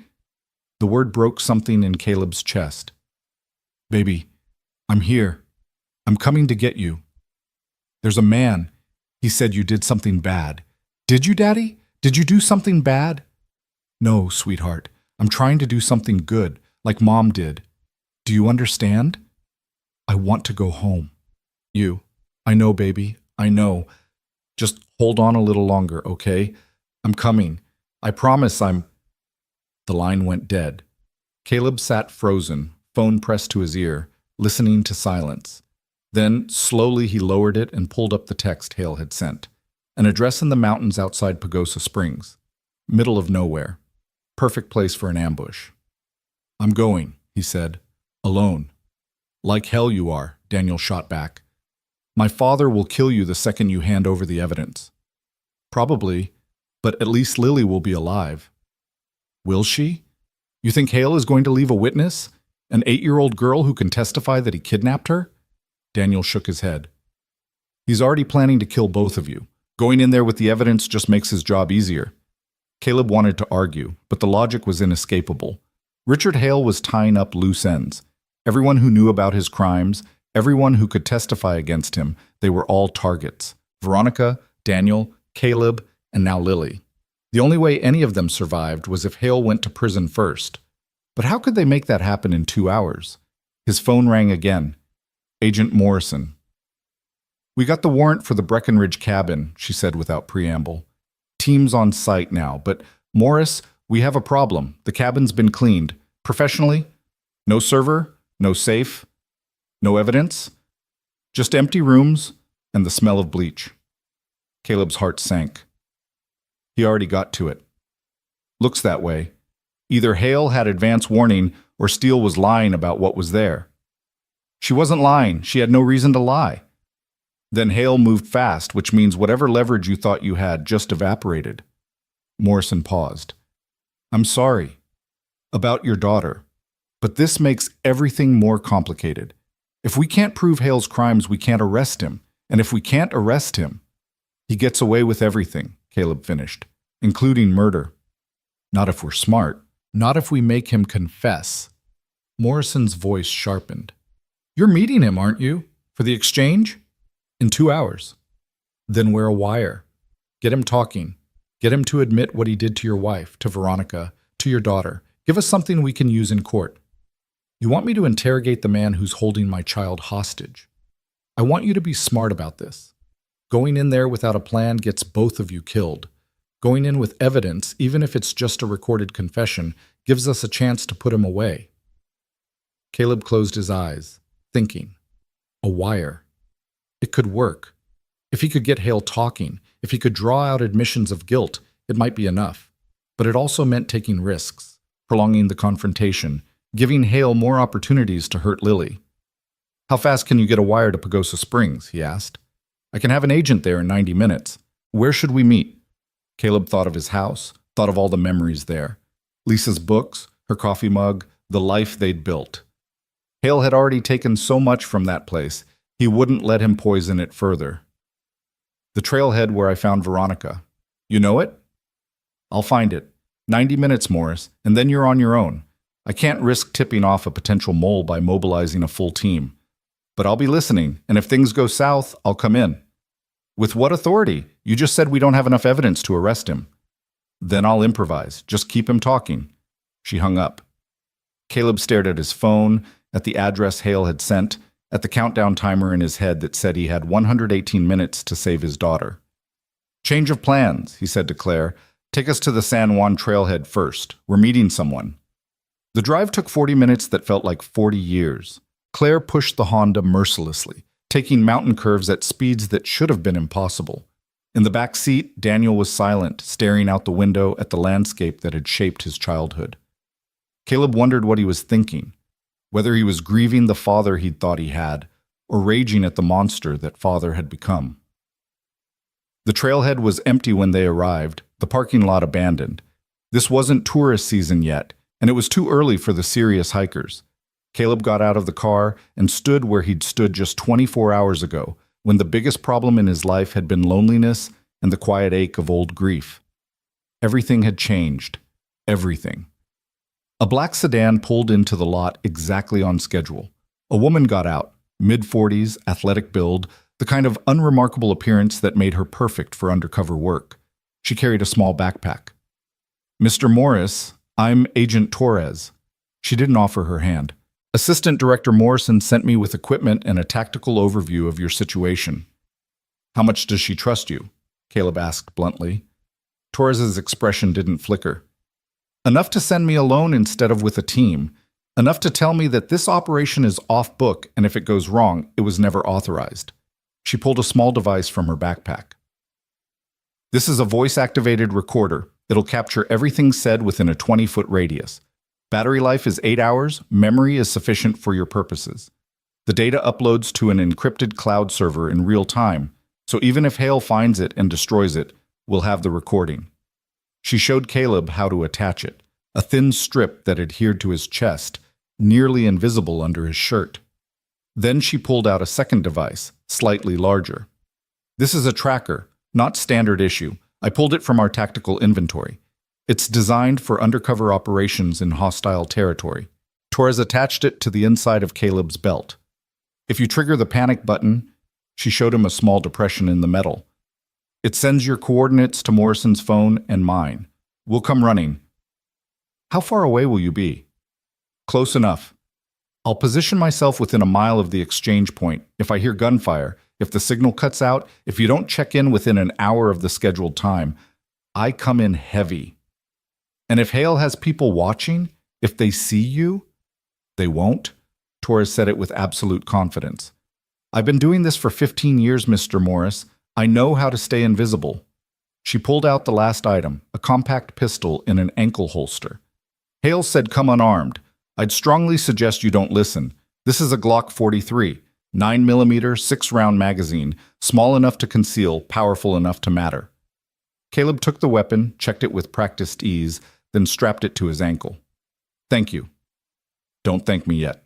You're walking into a tactical nightmare. Remote location, unknown number of hostiles, a child hostage, and an opponent with unlimited resources." Torres met his eyes.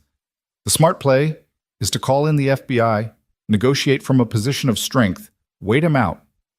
The smart play gets my daughter killed." "Maybe. Or maybe Hale is bluffing. Maybe he's not willing to murder a child in cold blood. Maybe—" "He killed his own son," Daniel interrupted, speaking for the first time, 3 weeks ago. "James was working with the FBI, building a case against him, and my father had him killed and made it look like an accident." His voice was hollow. "If he can do that to his own blood, what do you think he'll do to someone else's daughter?" Torres studied Daniel for a long moment, then nodded slowly. "Point taken. Then let's make sure we're as prepared as possible." She pulled out a satellite photo of the area surrounding the address Hale had provided. "This is where you're meeting him. Old logging road, terminates at an abandoned mining camp. 3 structures still standing, main office, equipment shed, and a bunkhouse. Any one of them could be where he's holding your daughter." "Approaches?" Caleb asked, falling back into military mode. "Only one road in. Everything else is wilderness, heavy forest, steep terrain. If you need to run, you'll be doing it on foot." Torres pointed to several marked locations on the map. "I'll be here, on this ridgeline. Line of sight to the main compound, close enough to hear if things go loud." "What about the flash drive?" Daniel asked. "Hale wants it. We can't exactly hand over real evidence." Torres reached into her backpack and pulled out an identical flash drive. "This contains financial records from an actual money laundering case we closed 5 years ago. Different players, different scheme, but the format and complexity are similar enough that it'll take Hale's people hours to realize it's not what they're looking for. It buys you time." "And the server location?" "Give him the Breckenridge cabin. We've already processed that scene. If he sends people there, they'll find nothing but federal agents waiting to ask questions." It was a plan. Not a great one, but better than walking in blind. Caleb took the fake flash drive, tucked it into his pocket beside the real one. Insurance, in case Hale had a way to verify the data before releasing Lily. One more thing, Torres said, her voice softer. Your daughter. 8 years old, dark hair, approximately 4 feet tall. Hale will be using her as a shield, keeping her close to prevent you from making aggressive moves. You need to be prepared for that. Need to be prepared for the possibility that you can't get a clean shot, that you might have to choose between taking him out and keeping her safe. There's no choice, Caleb said flatly. Lily comes first. Always. Even if it means Hale walks? Even then, Torres nodded, satisfied. Good, because the moment you prioritize revenge over her safety is the moment you both die. She checked her watch. You've got 68 minutes. I suggest you use the time to prepare mentally. This is going to be the hardest thing you've ever done. She was wrong about that. The hardest thing Caleb had ever done was bury his wife. The hardest thing was explaining to Lily that Mommy wasn't coming home. The hardest thing was learning to live with the hole in his heart that Lisa's death had carved.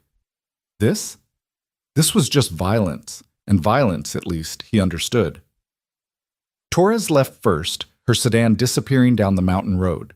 Caleb stood in the parking lot with Daniel and Claire, the morning sun climbing higher, burning away the last traces of mist.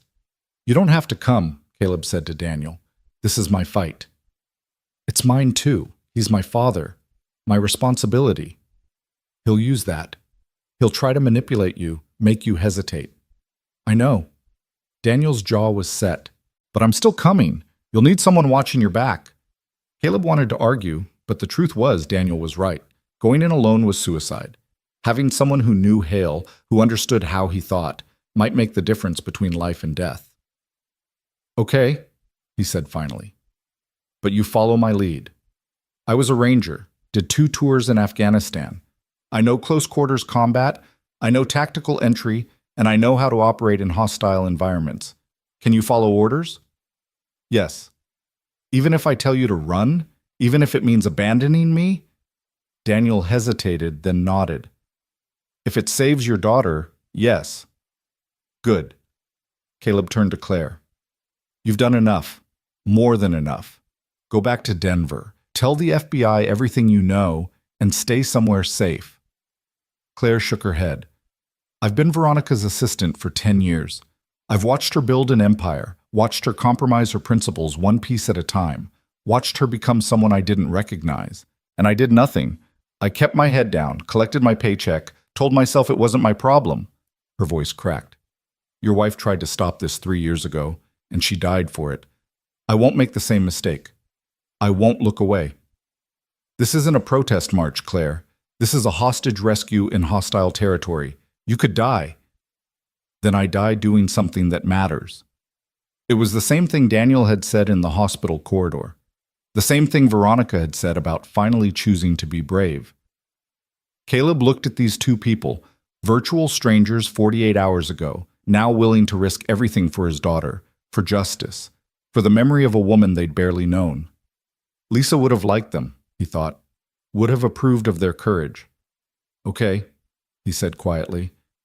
But Claire, you stay in the car. You're our escape route, our backup plan. If things go wrong, Daniel and I need to know we can get Lily out fast.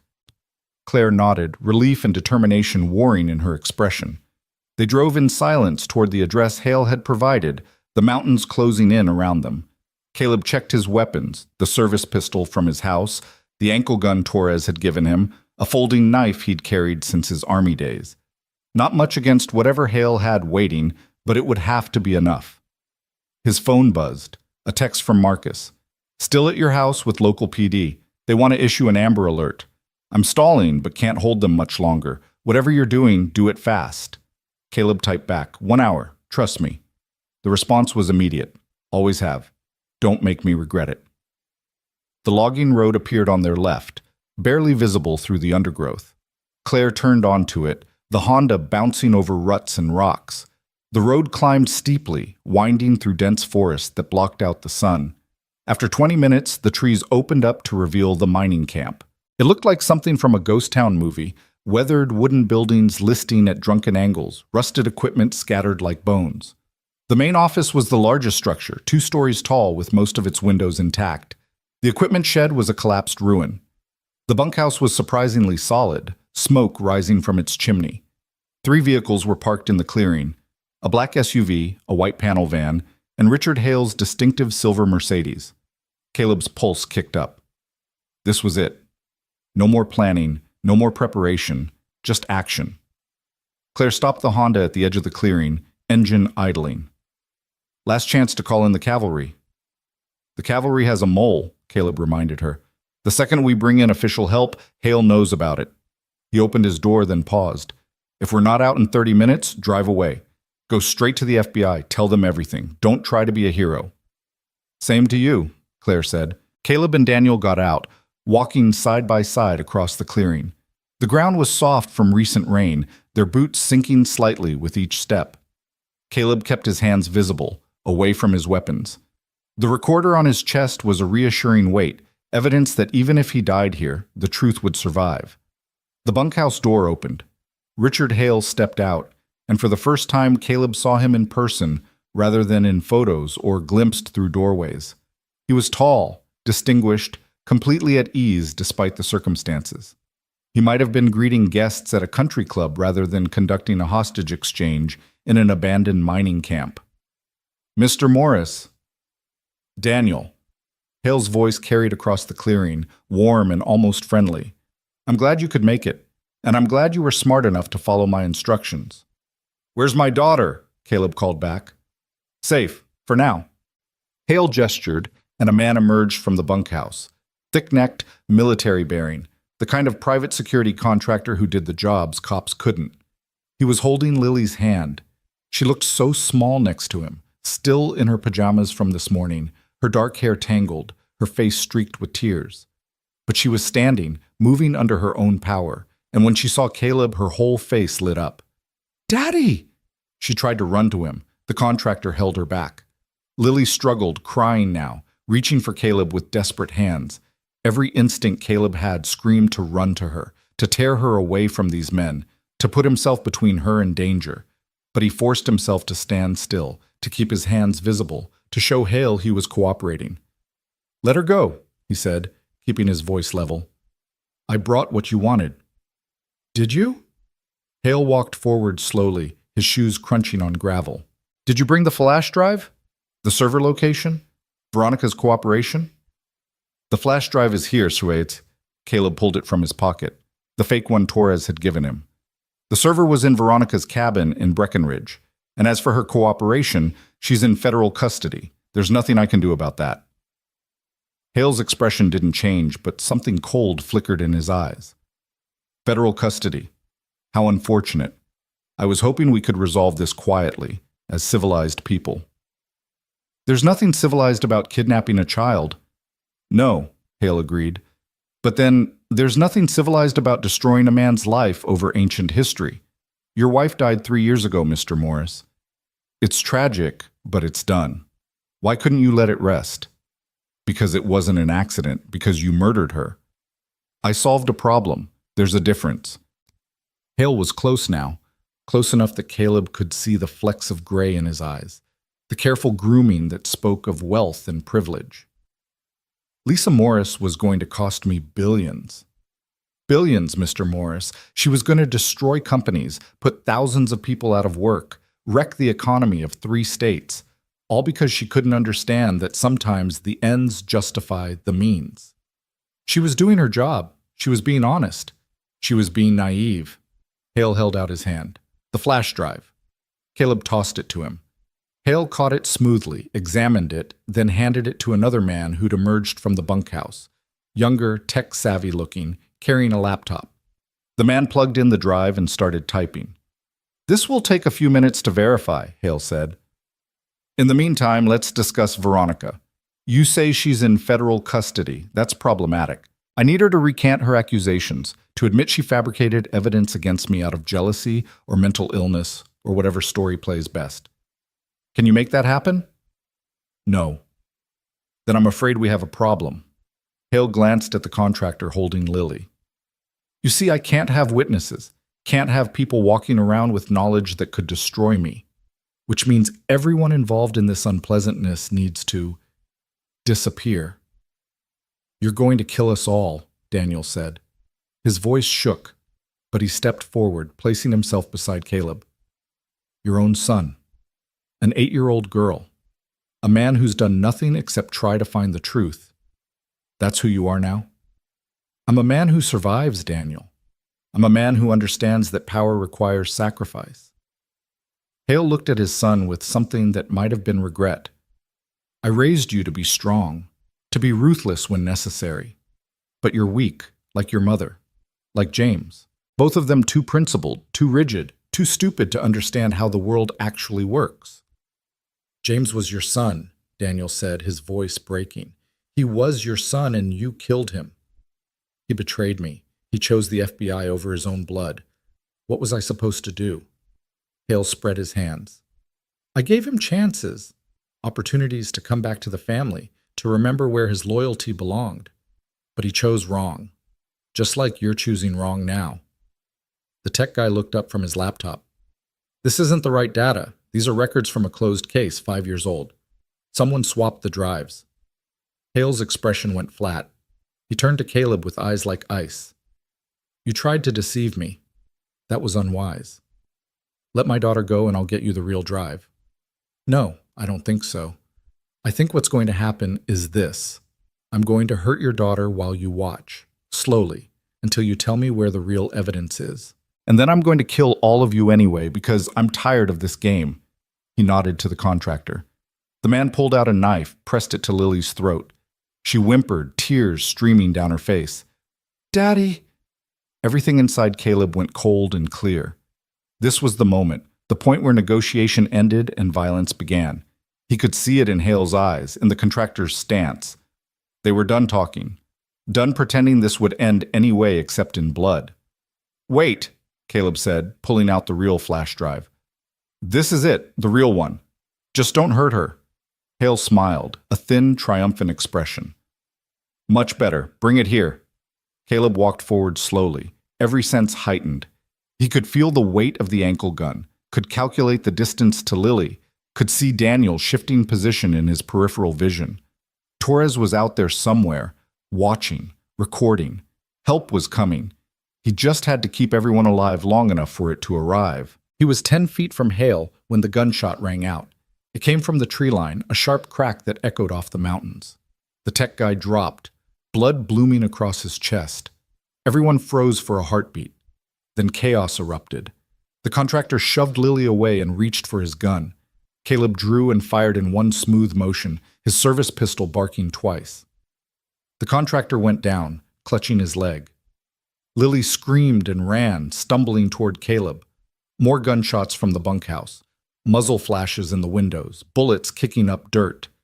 Caleb grabbed Lily, tucking her against his chest, and ran for cover behind a rusted mining cart. Daniel was right behind him, breathing hard. Bullets spanged off metal, whined through the air. Stay down, Caleb ordered Lily, pressing her into the smallest space possible. Cover your ears and don't move. She nodded, terrified, and curled into a ball. Caleb popped up, returned fire at the bunkhouse. 2 shooters, maybe 3, professional grade. Hale had disappeared, probably into cover. Who's shooting from the trees? Daniel gasped. I don't know. Maybe Torres, maybe someone else. Caleb fired again, forcing one of the shooters back from the window. His mind raced. They were pinned down, outnumbered, with a child to protect. The Honda was 50 yards away across open ground, impossible to reach under fire. Another shot from the tree line, and one of Hale's shooters in the bunkhouse went down. Whoever was out there, they were good, military good. Caleb's phone buzzed, a text from an unknown number, northwest corner, drainage ditch. Go now. He looked. Sure enough, there was a depression in the ground leading away from the clearing, deep enough to provide cover.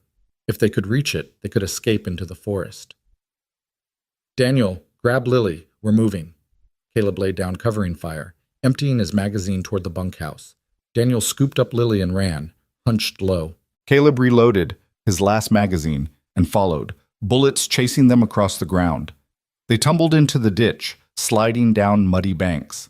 Above them, gunfire continued, Hale's men shooting at shadows in the trees, at the phantom sniper who'd turned their ambush into a firefight.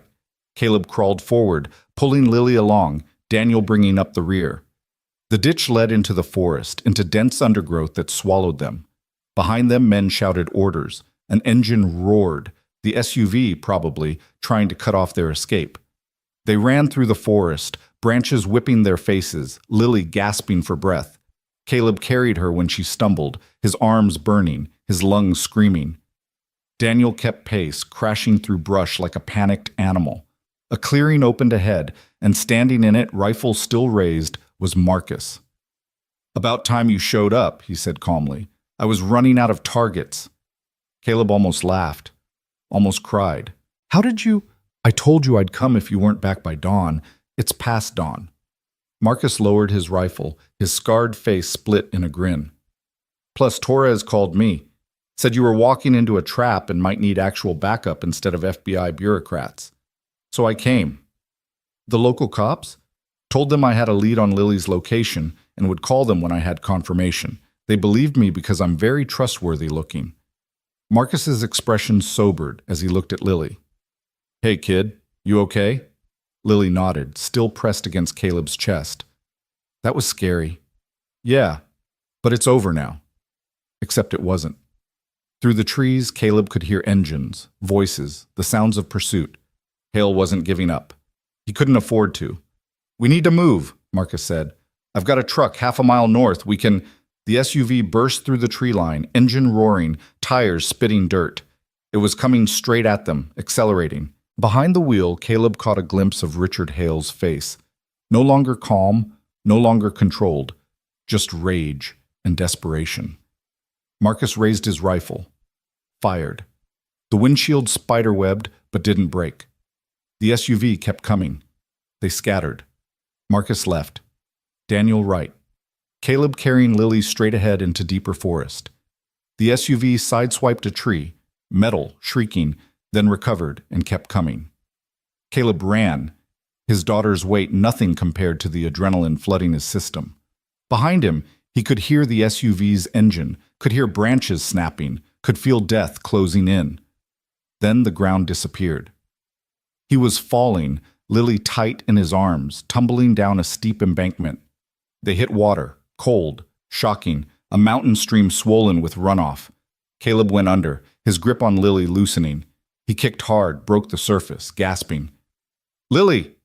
She was there, struggling, choking on water. He grabbed her, pulled her to the shallow edge, dragged them both onto a gravel bar. Above them, the SUV's brakes squealed. A door opened. Richard Hale stood at the top of the embankment, silhouetted against the sky. He had a gun in his hand. "It didn't have to be this way," he called down. "I gave you a chance to walk away. Multiple chances." Caleb pushed Lily behind him, reaching for his ankle gun.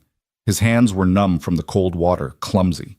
The gun slipped from the holster, fell into the stream. Hale raised his weapon, took careful aim. A shot rang out. But not from Hale's gun. From behind him. Daniel stood there, Claire's small pistol in his shaking hands. Smoke curled from the barrel. And Richard Hale, master manipulator, murderer of sons and wives, and anyone who stood in his way looked down at the blood spreading across his chest with an expression of pure surprise. "Daniel," he said, his voice confused, almost hurt. "Son?" Then he fell, tumbling down the embankment, hitting the water with a splash that sent ripples across the stream.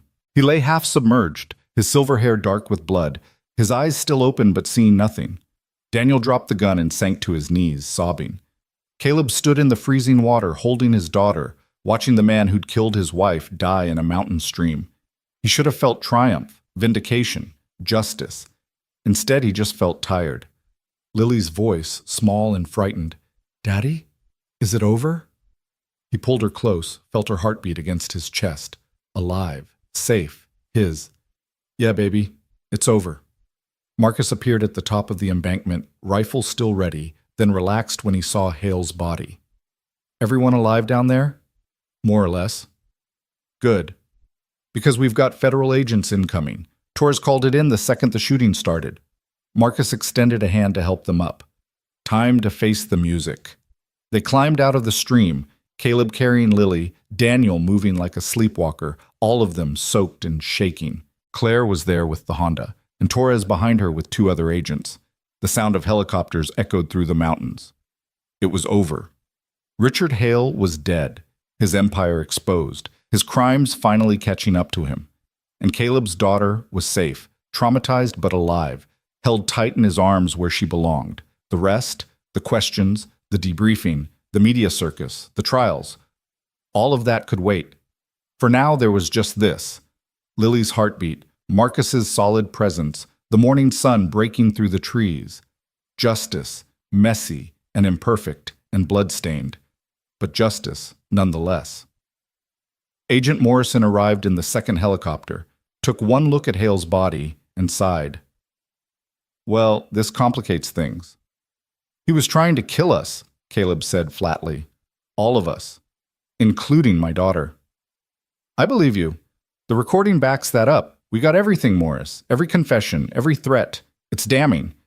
Morrison looked at Daniel, who was still kneeling by the stream, staring at his father's body. The shooter was Hale's son. You all saw that, correct? Marcus nodded. Self-defense, clear as day. Hale had a weapon, was actively trying to kill multiple people, including a child. Daniel stopped him. That's the story, then. Morrison pulled out her phone, started making calls. Local PD is going to want statements. FBI will want to debrief everyone. And Child Services will need to check on your daughter, Morris. Standard procedure after a trauma like this. She's not going anywhere without me. I wouldn't dream of separating you, but we need to do this by the book, or Hale's lawyers, and he's got a lot of them, will find ways to muddy the waters, to create doubt about what happened here. The next hours were a blur. Statements given, evidence collected, bodies removed. Veronica Steele was brought to the scene, against medical advice, but insistent on seeing it through. She looked at Hale's body without expression, then turned to Caleb. Thank you, she said simply, for saving me. For finishing what your wife started, for being braver than I was. I didn't do it for you, Caleb replied. I did it for Lisa. And for Lily. I know, but I'm grateful anyway. Veronica looked at Daniel. I'm sorry.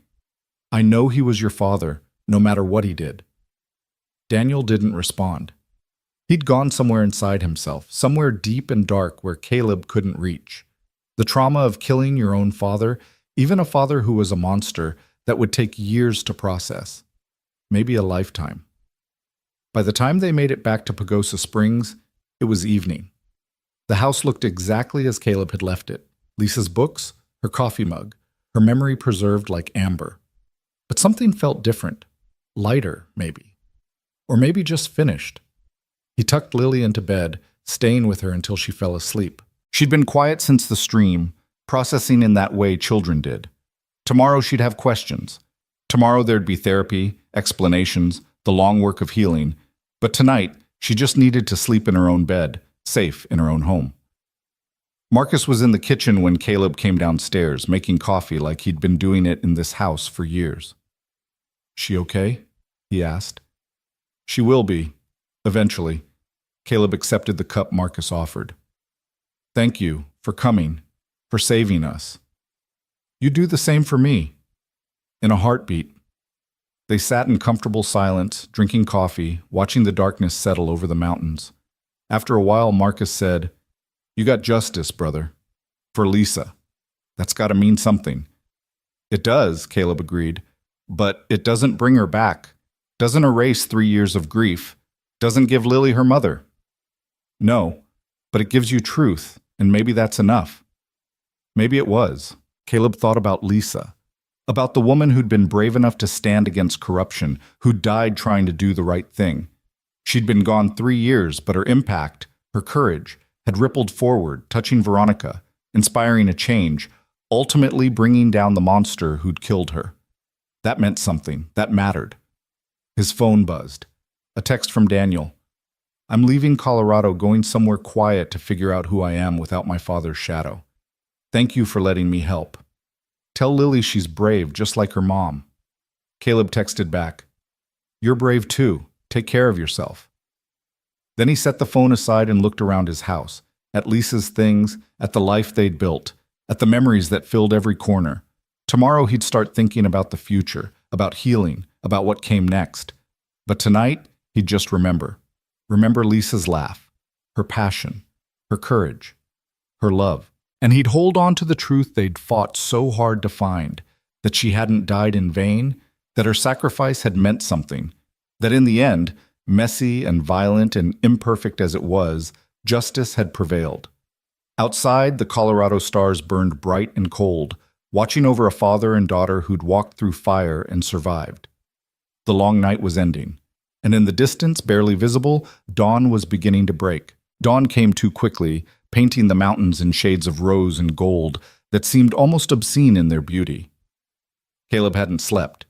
He'd sat in Lisa's favorite chair, the one by the window where she used to read, and watched the night slowly surrender to morning. Marcus had crashed on the couch around 3, his snoring a familiar comfort. Upstairs, Lily slept the exhausted sleep of a child who'd seen too much, her small body finally allowed to rest after hours of terror. The knock came at 6:30, soft, respectful, but insistent. Caleb opened the door to find Agent Morrison standing on his porch, 2 coffees in hand and dark circles under her eyes that matched his own. "Thought you might need this," she said, offering one of the cups, "and thought we should talk before the circus really gets started." Caleb let her in, grateful for the strong coffee and the momentary reprieve. Morrison settled at his kitchen table, pulling out a folder thick with documents. "The recording from yesterday is solid gold," she began without preamble. "Hale confessed to ordering your wife's murder. He confessed to attempting to kill Veronica Steele. He made statements about money laundering, human trafficking, and operating a criminal enterprise spanning 2 decades. Any decent prosecutor could get a conviction based on that alone, if he were alive to prosecute. But he's not. No. Which means our focus shifts to dismantling his organization and prosecuting his associates." Morrison opened the folder, revealing photographs of men and women Caleb didn't recognize. Hale didn't operate alone. He had lawyers who structured his deals, accountants who cooked his books, enforcers who carried out his orders. We're talking about dozens of people, maybe hundreds, who enabled his crimes. And you want me to help you catch them. I want you to testify. Grand jury first, then at trial, if it comes to that. Your story, finding Veronica, uncovering the truth about Lisa, confronting Hale. It's compelling. It humanizes what could otherwise be dismissed as just white-collar crime. Morrison's expression softened. "I know it's asking a lot. I know you just want to put this behind you and focus on your daughter. But these people destroyed your family. Don't you want to see them answer for it?" Caleb looked at the photographs spread across his table. All these strangers who'd participated in his wife's murder, even if they'd never pulled a trigger. Did he want justice for them too? Or was he too tired, too hollowed out to care anymore? "I'll testify," he said finally, "but on one condition. Lily doesn't get dragged into this. No interviews, no court appearances, nothing that forces her to relive what happened. She's 8 years old. She deserves a chance at a normal childhood." "Agreed. We can protect her identity, keep her name out of all official documents. As far as the public is concerned, she was never involved." Morrison gathered the photos back into the folder. "There's something else you should know. Veronica Steele is cooperating fully with our investigation. She's provided access to offshore accounts, shell companies, internal communications, everything. Her lawyers are negotiating a plea deal, but she's insisting on serving time. Says she doesn't want immunity, doesn't want to walk away clean." "She shouldn't," Caleb said flatly. "She knew what Hale was doing. She facilitated it. The fact that she finally grew a conscience doesn't erase her guilt." "I agree, but her cooperation is invaluable. Without it, we'd be looking at years of litigation, resources we don't have, evidence we might never find. With it, we can take down Hale's entire network within months. So she trades information for a lighter sentence." "Probably, but she'll still go to prison, Mr. Morris. She'll lose everything, her company, her reputation, her freedom. That has to count for something." Did it? Caleb wasn't sure. Justice felt slippery lately, less like a clear line between right and wrong and more like a muddy compromise where everyone lost something. But maybe that was the point. Maybe real justice wasn't about perfect outcomes. Maybe it was just about making sure the truth came out, consequences be damned. There's going to be media attention, Morrison continued, a lot of it. Billionaire real estate mogul murdered by his own son after kidnapping a child and ordering multiple hits. It's going to be everywhere, cable news, social media, probably a dozen podcasts within the week. We can't stop that, but we can control the narrative somewhat, make sure the facts get out there before conspiracy theories take over. I don't want to be on TV. You won't have to be. We'll handle press conferences, official statements. You just focus on healing, on being there for your daughter. Morrison stood, leaving the folder on the table. That has your contact information. My direct line, the prosecutor's office, victim services, use them. Don't try to handle this alone. She left the way she'd come, quietly, leaving Caleb alone with his coffee and a folder full of strangers who'd helped kill his wife. He was still sitting there when Lily came downstairs an hour later, her hair a mess, her pajamas wrinkled. "Morning, kiddo," he said, injecting warmth into his voice he didn't feel. "Hungry?" She nodded, climbing into the chair across from him. For a moment she just stared at the table, at the folder Morrison had left, at the normal domestic scene that felt anything but normal. "Is the bad man really dead?" she asked finally. "Yes." "Good." She said it with such fierce conviction that Caleb's heart broke a little. He hurt people. He hurt Mom. He did. But he can't hurt anyone anymore. Because Daniel shot him.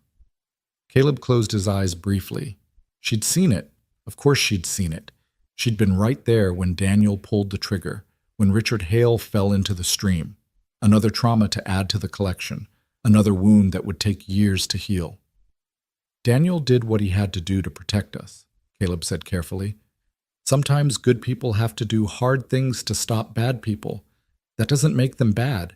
It just makes them brave. Like Mom was brave. Exactly like that." Lily fell silent, processing. Then, in a very small voice, "So scared, Daddy.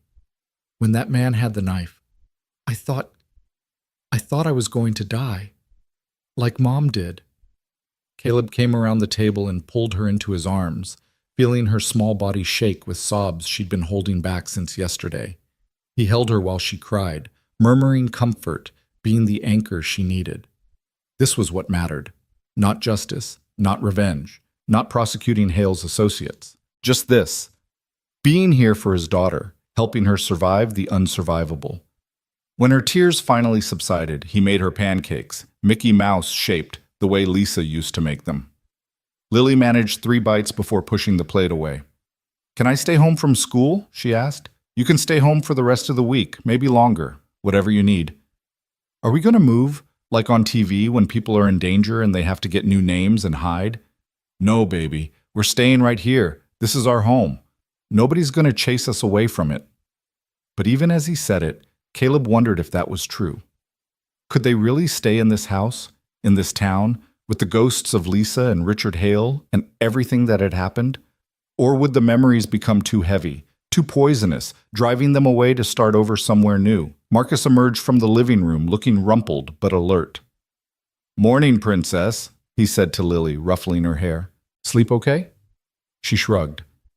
Marcus caught Caleb's eye over her head, a wordless question. How is she really? Caleb shook his head slightly. Not okay. Not close to okay. "Tell you what," Marcus said to Lily. "After breakfast, how about we go outside and see if we can spot that eagle's nest your dad told me about? The one up the mountain? The one Mom found?" "That's the one. She took some amazing pictures of it. Maybe we can see if the eagles are still there." It was exactly the right thing to say. Lily's face brightened slightly, some of the fear receding. "Can we, Daddy?" "Sure, but not too far. And Marcus carries the radio in case we need to come back quick." They spent the morning hiking, not far, just to the lower trail where Lisa had spotted the eagle's nest 4 years ago. The nest was still there, a massive construction of sticks and grass perched impossibly high in a dead pine. And amazingly, there were eagles. 2 adults and a juvenile, soaring in lazy circles overhead. Lily watched them with wonder, temporarily forgetting her trauma. Marcus pointed out details. The white head feathers of the adults, the brown plumage of the juvenile, the incredible wingspan that let them ride the thermals for hours without flapping. Your mom would have loved this, Marcus said softly. She always said eagles were survivors, strong and smart, and never giving up. She was like an eagle, Lily said, brave and beautiful. Yeah, she was.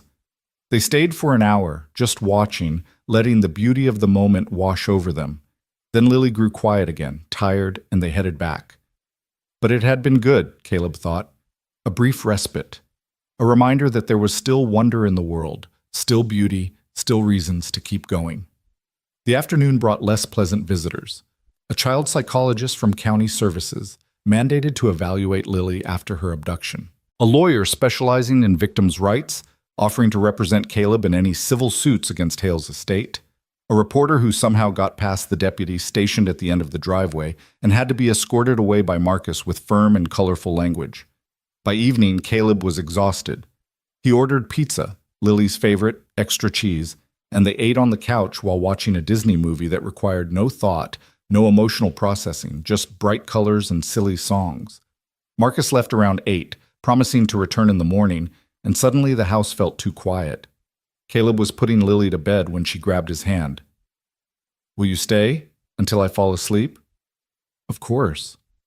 He lay beside her on the small bed, the same bed Lisa used to read bedtime stories in, and held his daughter while she fought sleep. She was afraid, he knew. Afraid that if she closed her eyes, she'd wake up back in that bunkhouse with strangers and knives and danger. Afraid that her father would disappear like her mother had. I'm not going anywhere, he whispered. I promise. I'm right here. Finally, her breathing evened out.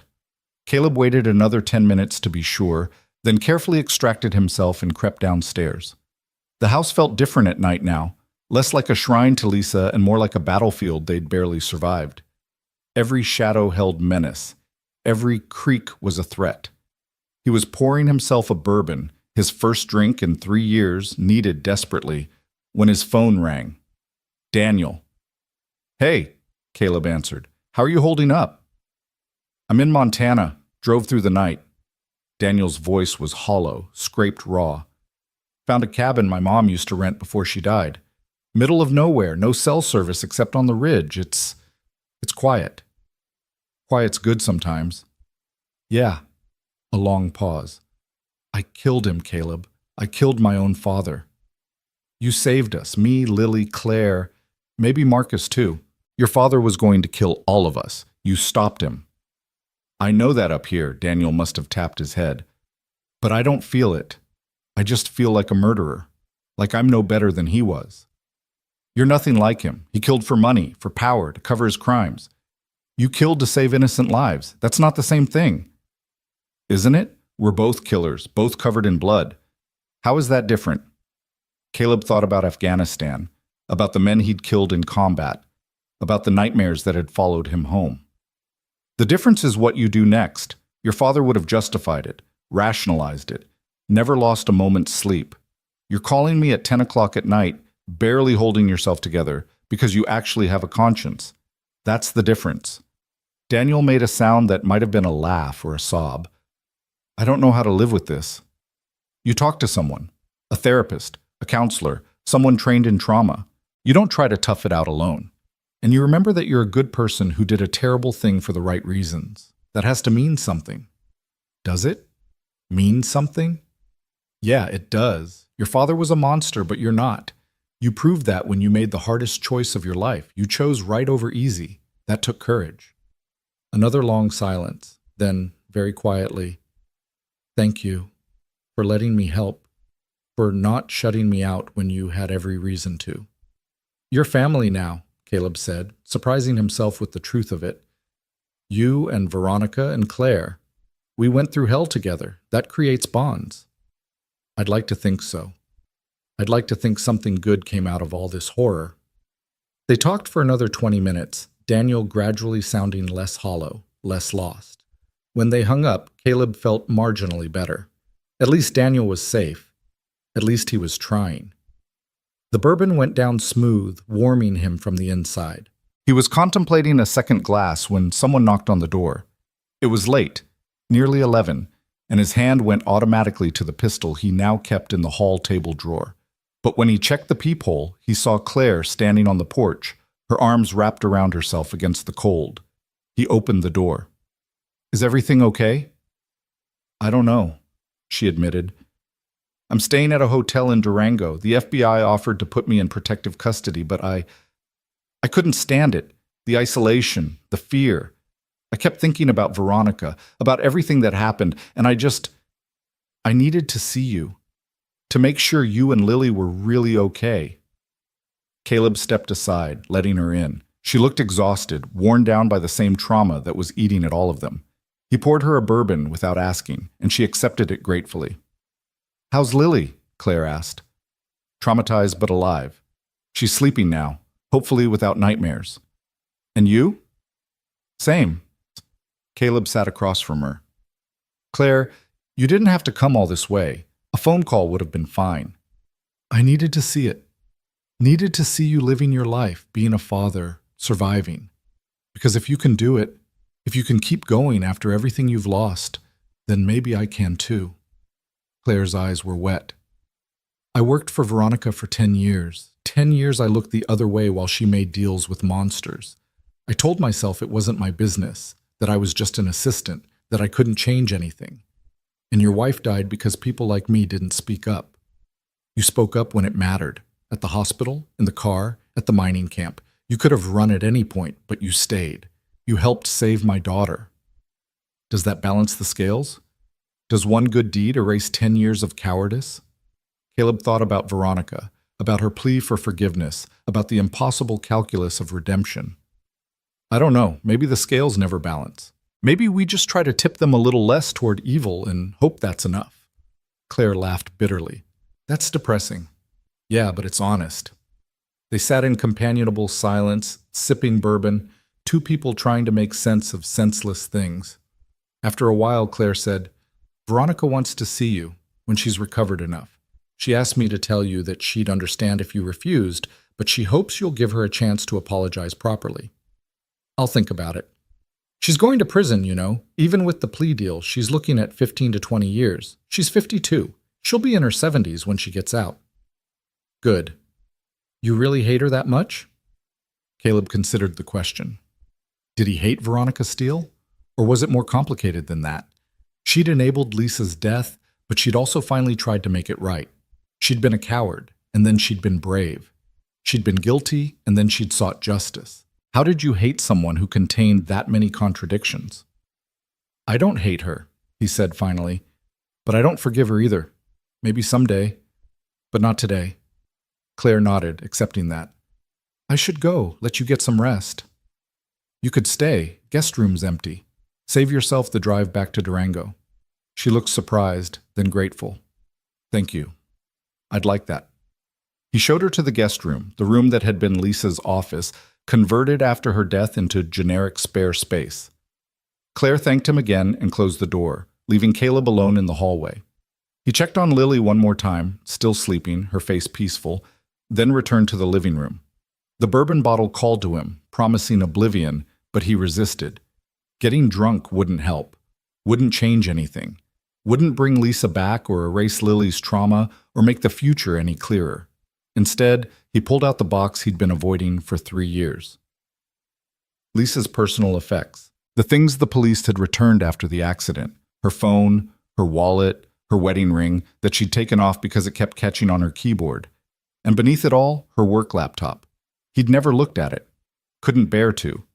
But now, with Veronica's confession and Hale's recording and the full truth finally exposed, maybe it was time. He booted it up. It was password protected, but Caleb knew Lisa's passwords. She'd always used variations of their anniversary. Sure enough, the 4th attempt worked, and suddenly he was staring at her desktop, at the files she'd been working on in the days before she died.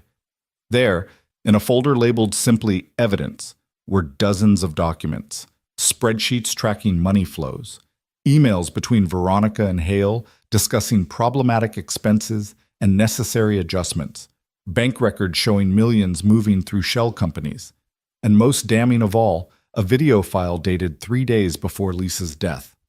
Caleb clicked it. Lisa's face filled the screen, tired but determined. If you're watching this, it means something happened to me, she began, and Caleb's breath caught.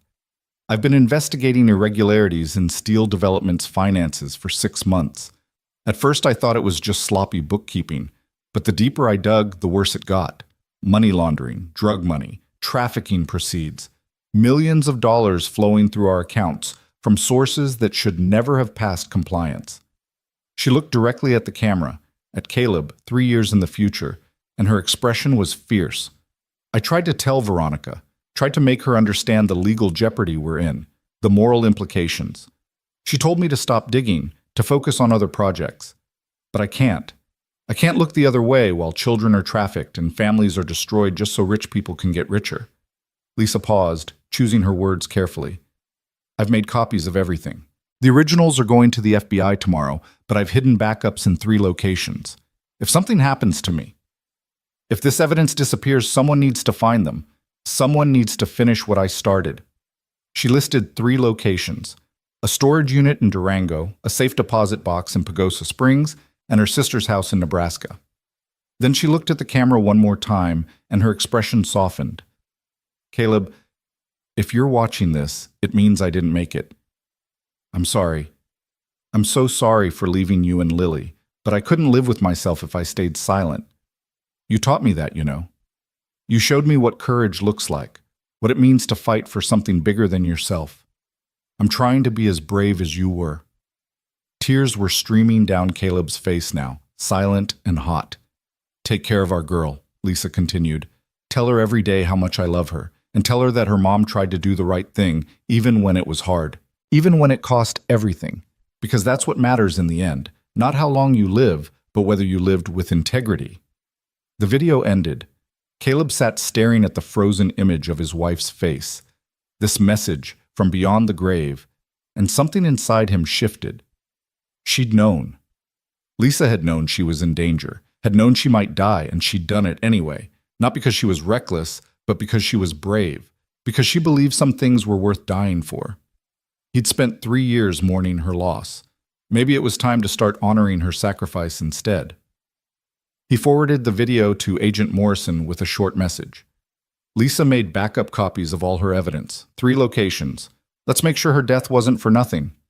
Then he closed the laptop and sat in the darkness, feeling Lisa's presence around him, not as a ghost, but as an inspiration. She'd shown him the way. Now he just had to follow it. The next morning brought news. Agent Morrison called at 7, her voice tight with barely contained excitement. We found the storage unit. Everything Lisa documented is there. Financial records, communications, witness statements she'd collected. It's prosecutorial gold, Morris. We're talking about cases that will take down not just Hale's organization, but their partners, their enablers, their entire network. How many people? Preliminary count? Over 60 individuals and a dozen corporations. We're looking at RICO charges, money laundering, trafficking, fraud, conspiracy. This is going to be the biggest organized crime prosecution in Colorado history. Caleb should have felt triumph, should have felt vindicated. Instead, he just felt tired.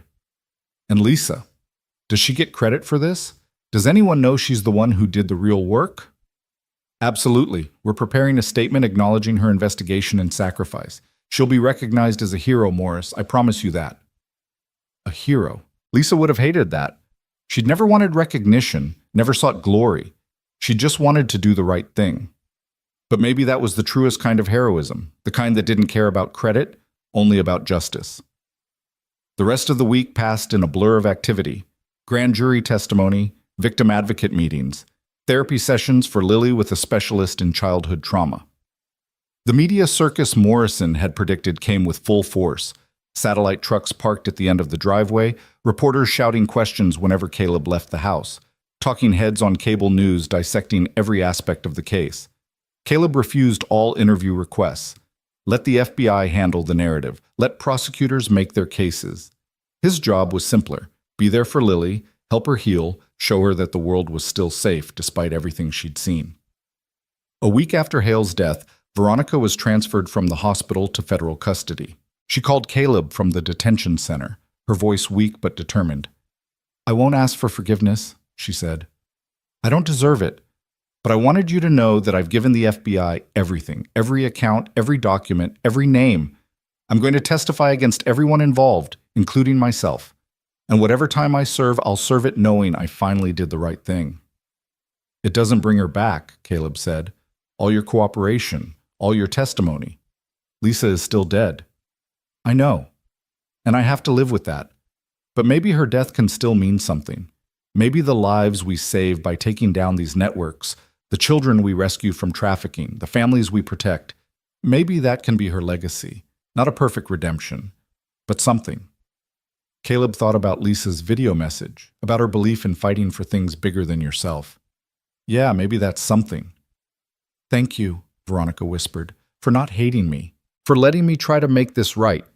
"I never said I don't hate you," Caleb replied. "I just said I understand why you're doing this. Those aren't the same thing." "No, but I'll take understanding over hatred. It's more than I deserve." She hung up. Caleb stood with the phone in his hand, wondering if he'd just lied. Did he really understand, or was he just so tired of hating that he'd chosen numbness instead? 2 weeks after the confrontation, Marcus had to return to his security job in Phoenix. They said goodbye on the porch, two old soldiers who'd survived another battle. "You going to be okay?" Marcus asked. "Eventually, maybe." Caleb managed to smile. "Thanks for everything, for coming when I called, for saving Lily, for all of it. That's what brothers do.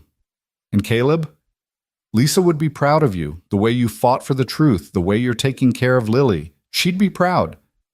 After Marcus left, the house felt emptier, but not in a bad way. More like space had opened up, room for new things to grow. Caleb started making changes. Small ones at first. He moved Lisa's books from the living room to his bedroom, where he could look at them privately.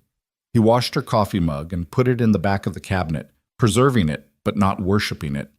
He took down the photos that hurt the most and boxed them away, keeping only the ones that made him smile. It wasn't about forgetting Lisa. It was about learning to live alongside her memory instead of being crushed by it.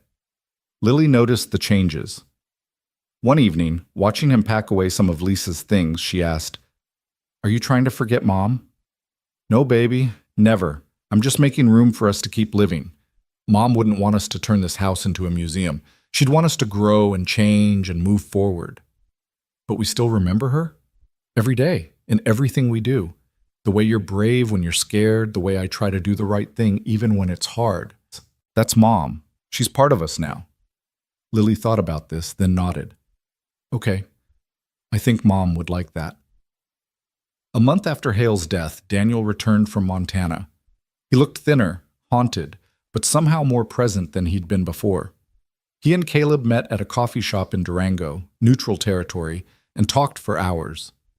"I've been seeing a therapist," Daniel said, 3 times a week. "Working through what happened, what I did, who my father was. It's hell, honestly, but it's necessary." "How are you doing financially? Hale's assets are frozen while the investigation continues." "I don't want his money, not a penny of it. I'm talking to prosecutors about donating everything to victim restitution funds, trafficking prevention organizations, whatever makes sense. Let some good come from his evil." "That's generous." "It's selfish, actually. I can't sleep knowing I'm living off blood money. This way maybe I can start to forgive myself." Daniel stirred his coffee. "I've been thinking about what comes next, who I want to be. And I think I want to work in victim advocacy. Help people like your wife, like Veronica, like everyone my father destroyed. Use my inside knowledge of how these organizations work to take them down from within. That's dangerous work. Yeah, but meaningful. And I need my life to mean something after all this." They parted with a handshake that turned into a hug, 2 men bound by trauma and truth trying to find their way forward. 6 weeks after everything fell apart, Lily went back to school. She'd been nervous, afraid of questions from classmates, worried about nightmares during nap time. But Caleb had worked with her teachers, with the school counselor preparing them for her return. And when he picked her up that first day, she was smiling. "How was it?" he asked. "Okay. Everyone was nice. Nobody asked about the bad stuff. We just did math and read books and played at recess." She buckled her seatbelt. "It felt normal, Daddy. For the first time in forever, it felt normal." Normal. What a beautiful word. What an impossible goal. But they were getting there, slowly, one day at a time. That evening, Caleb made dinner, Lisa's famous lasagna recipe, which he'd avoided for 3 years. It wasn't perfect. The noodles were slightly overcooked and he'd forgotten to add enough oregano. But Lily ate 2 helpings and declared it delicious, and that felt like victory. After dinner, they sat on the porch and watched the stars come out over the mountains. The same mountains where Caleb had found Veronica, where everything had started. But they looked different now, less like monuments to tragedy and more like witnesses to survival. "Daddy?" Lily's voice was soft in the darkness. "Do you think Mom knows? About everything that happened?" Caleb thought about Lisa's video message, about her certainty that truth mattered more than safety. "Yeah, baby, I think she knows, and I think she's proud of us for finishing what she started. I hope so. I want her to be proud." "She is. I promise you that." They sat in comfortable silence, father and daughter, survivors of a storm that should have destroyed them. But they were still here, still breathing, still finding reasons to smile. And that, Caleb thought, was its own kind of justice. The next morning brought an unexpected visitor. Agent Morrison appeared at the door with news that made Caleb's heart race. "We executed search warrants on Hale Mining Corporation's headquarters yesterday," she said. "Found evidence of operations in 7 countries, connections to cartels in Mexico and Colombia, trafficking routes through Central America. It's massive, Morris, bigger than we imagined. And we found something else.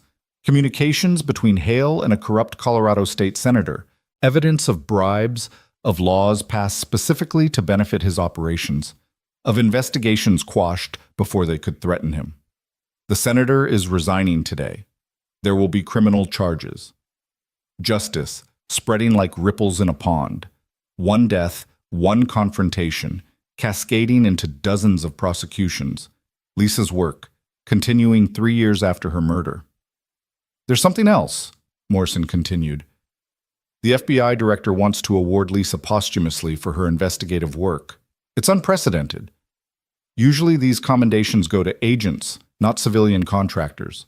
But what she did, what she sacrificed, it deserves recognition." "When?" "Next month, in Washington. You and Lily would be invited to accept the award on her behalf." Morrison paused. "I know it's a lot to ask, a long trip, a public ceremony, reliving painful memories, but it would mean something. It would show the world who Lisa Morris really was." Caleb looked back into the house, where Lily was drawing at the kitchen table. Could he ask her to do this? To fly across the country? To stand in front of cameras and officials? To hear strangers praise a mother she barely remembered? But then he thought about Lisa's message, about integrity, about fighting for things that mattered, about living a life worth honoring, and he knew what his answer had to be. "We'll be there," he said. "Lisa deserves to be remembered, and Lily deserves to know her mother was a hero." Morrison smiled, a genuine expression, warm and proud. "Thank you for everything you've done, everything you've survived. Lisa was lucky to have you. I was lucky to have her." After Morrison left, Caleb sat Lily down and told her about the award ceremony. She listened carefully, processing, then asked, "Will I have to make a speech?" "Only if you want to. Nobody's going to force you to do anything you're not comfortable with." I think I want to. I want to tell people about Mom, about how brave she was. Is that okay?" Caleb pulled her close, this fierce little girl who'd inherited her mother's courage. "That's perfect, baby. Mom would love that." The weeks leading up to the ceremony passed in preparation. Lily worked with her therapist on what she wanted to say, crafting words that honored Lisa without drowning in grief. Caleb bought them both new clothes, something respectful but not morbid, celebratory rather than funereal. And together they went through photo albums, remembering the good times, the laughter, the life they'd shared before everything went wrong. The night before they left for Washington, Caleb couldn't sleep. He stood in the backyard looking up at the stars, talking to Lisa the way he sometimes did when the loneliness got too heavy. "I hope we're doing this right," he said to the darkness. "Raising Lily, seeking justice, trying to move forward. I hope you'd approve. Hope you'd be proud." The stars offered no answer, but Caleb felt, just for a moment, a sense of peace. Lisa was gone, but her impact remained. And maybe that was enough. Maybe legacy was more important than presence, influence more lasting than life. In Washington, the ceremony was held in the FBI's headquarters, a massive building that somehow managed to be both imposing and bureaucratic. Caleb and Lily were ushered into a conference room filled with important people: the FBI director, various assistant directors, prosecutors from 3 states, and families of other victims whose cases had been built on Lisa's evidence. When it came time for Lily to speak, Caleb held his breath. She was so small standing at that podium, her prepared notes trembling in her hands. But when she spoke, her voice was clear and strong. "My mom was the bravest person I ever knew," Lily began. "She wasn't afraid of bad people or hard choices. She always said that doing the right thing matters more than being safe. And even though she's not here anymore, even though I miss her every single day, I'm proud to be her daughter. Because she showed me that one person can make a difference. That truth is worth fighting for. That courage isn't about not being scared. It's about being scared and doing the right thing anyway." There wasn't a dry eye in the room when she finished. The FBI director presented the award, a plaque engraved with Lisa's name and a citation describing her extraordinary courage in the face of mortal danger, dedication to justice, and sacrifice in service of protecting others. Caleb accepted it, feeling the weight of it, the permanence. This was real. This was Lisa's legacy, carved in bronze and crystal, acknowledged by the highest levels of law enforcement. She hadn't died in vain. Her work had mattered. And now everyone knew it. After the ceremony, people approached them, prosecutors thanking them, agents sharing how Lisa's evidence had broken their cases wide open, families of trafficking victims expressing gratitude. Caleb shook hands and accepted condolences, but his attention was on Lily, watching her process all of this, seeing her understand for the first time just how important her mother had been. They flew home the next day, exhausted but somehow lighter. Lily fell asleep on the plane, the award certificate clutched in her hands. Caleb watched her sleep and thought about the future, about therapy and healing, about school plays and birthday parties, about all the normal moments that had seemed impossible 6 weeks ago. They would be okay. Not right away, not without scars, but they would survive this. They would honor Lisa by living fully, by being brave, by choosing truth even when lies were easier. The plane landed in Colorado as the sun set, painting the mountains in shades of purple and gold. Home. They were home. And for the first time in 3 years, that word felt real again. 3 months after Washington, autumn arrived in the Colorado mountains with its usual spectacular violence. Aspens turning gold overnight, the air sharp with the promise of snow, the elk beginning their migration down from the high country. Caleb stood in his backyard watching Lily chase falling leaves, her laughter carrying across the yard like music. She'd gained weight, lost the hollow look that had haunted her face after the kidnapping. The nightmares still came sometimes, but less frequently. She was healing. They both were. The phone rang. Caleb almost didn't answer. He'd learned to screen calls to protect their hard-won peace from reporters and curiosity seekers and people who wanted to monetize their trauma. But the number was familiar. Agent Morrison. "We got the verdicts," she said without preamble. "Guilty on all counts. Hale's entire network, 63 defendants, over 200 charges. The jury deliberated for 6 hours. Caleb sat down heavily on the porch steps. All of them? Every single one. The CFO who cooked the books, the lawyers who structured the deals, the enforcers who carried out the violence, even the state senator who took bribes. They're all going to prison, Morris, decades, most of them.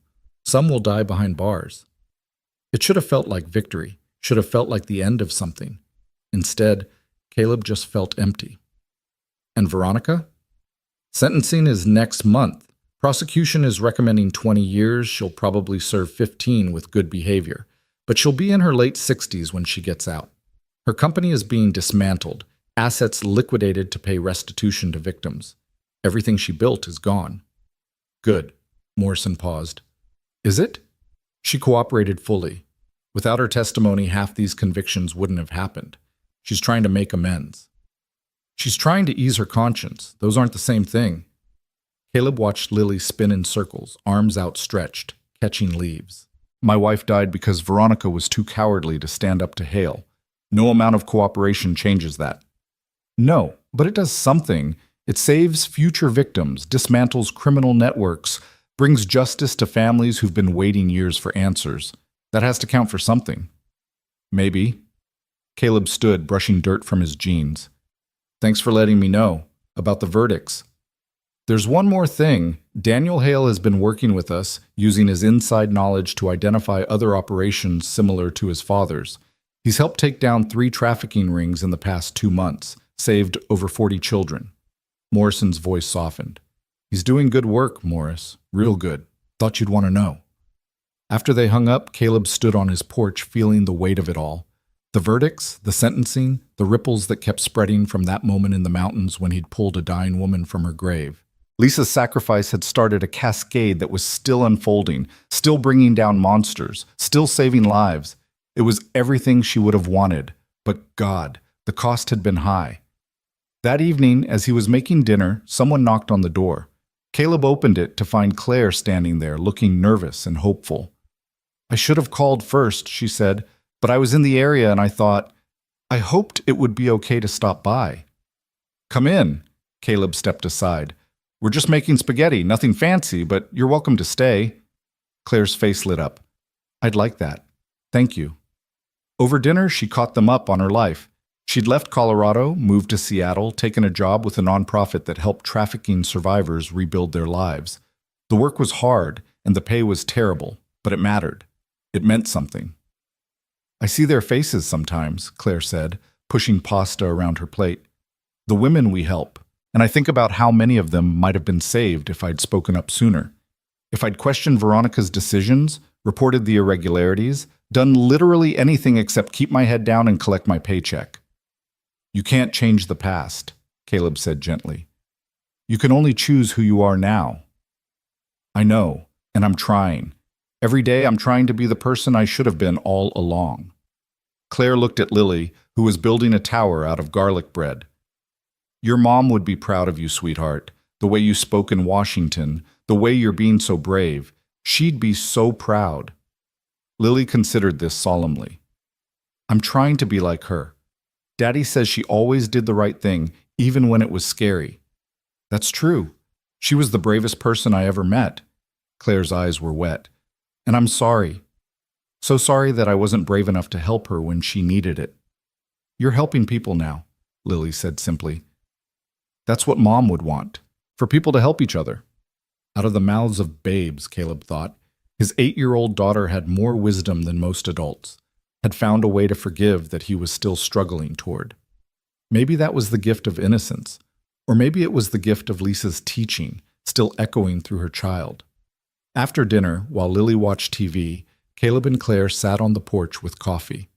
The sun was setting, painting the mountains in shades of amber and rose.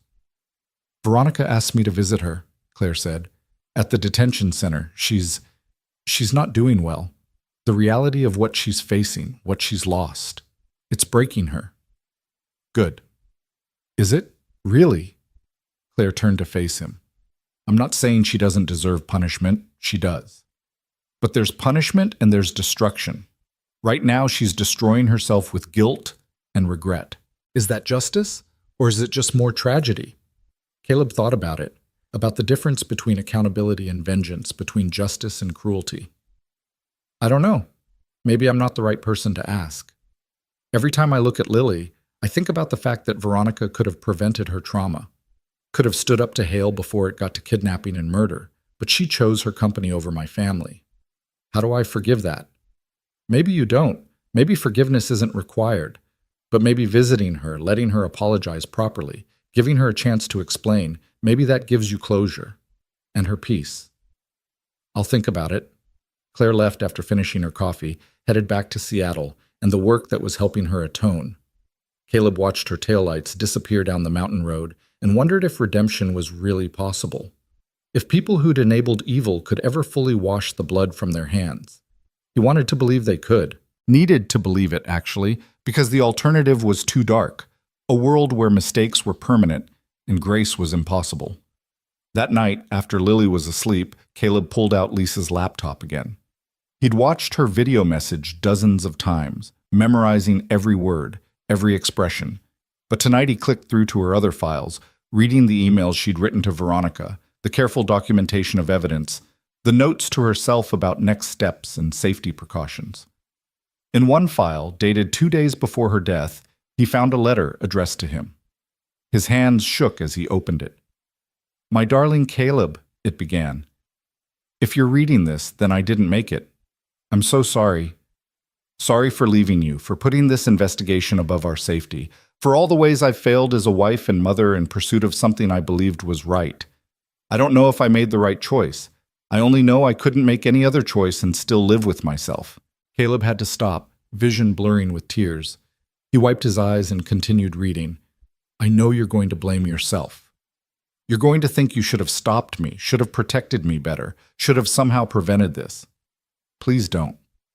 This was my decision, my fight, and I chose it with full knowledge of the risks because some things matter more than safety. Justice matters, truth matters. The lives of the people Hale is destroying matter, and if my death helps stop him, then it's a price I'm willing to pay." The letter went on, page after page, of Lisa's thoughts and fears and hopes. She talked about Lily, about how to raise her without a mother. She talked about grief, about moving forward, about finding love again someday if the right person came along. "Don't make our home a shrine," she wrote. "Don't trap yourself in amber, preserving everything exactly as it was. Live, Caleb. Laugh. Let yourself be happy. I know you'll feel guilty about it, like happiness is a betrayal of my memory. But it's not. Joy isn't disloyal, and I need you to promise me that you'll give yourself permission to have a full life, to be more than just a widower raising a daughter, to be whole again." The letter ended with instructions about her evidence, about who to contact at the FBI, about the backup locations she'd chosen. And then, in a final paragraph, "I love you. I've loved you since that first terrible date when you spilled wine all over yourself and somehow made it charming.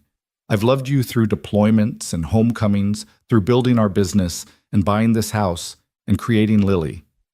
I've loved you through every single day of our marriage, and I'll love you beyond death, beyond time, beyond everything. Take care of our girl. Tell her every day how much her mother loved her.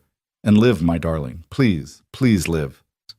Caleb sat in the darkness, reading and rereading the letter, feeling Lisa's love reaching across 3 years to hold him.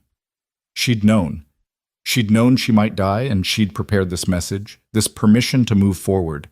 It was the gift he didn't know he needed, absolution from the only person whose opinion mattered. The next morning, he made a decision.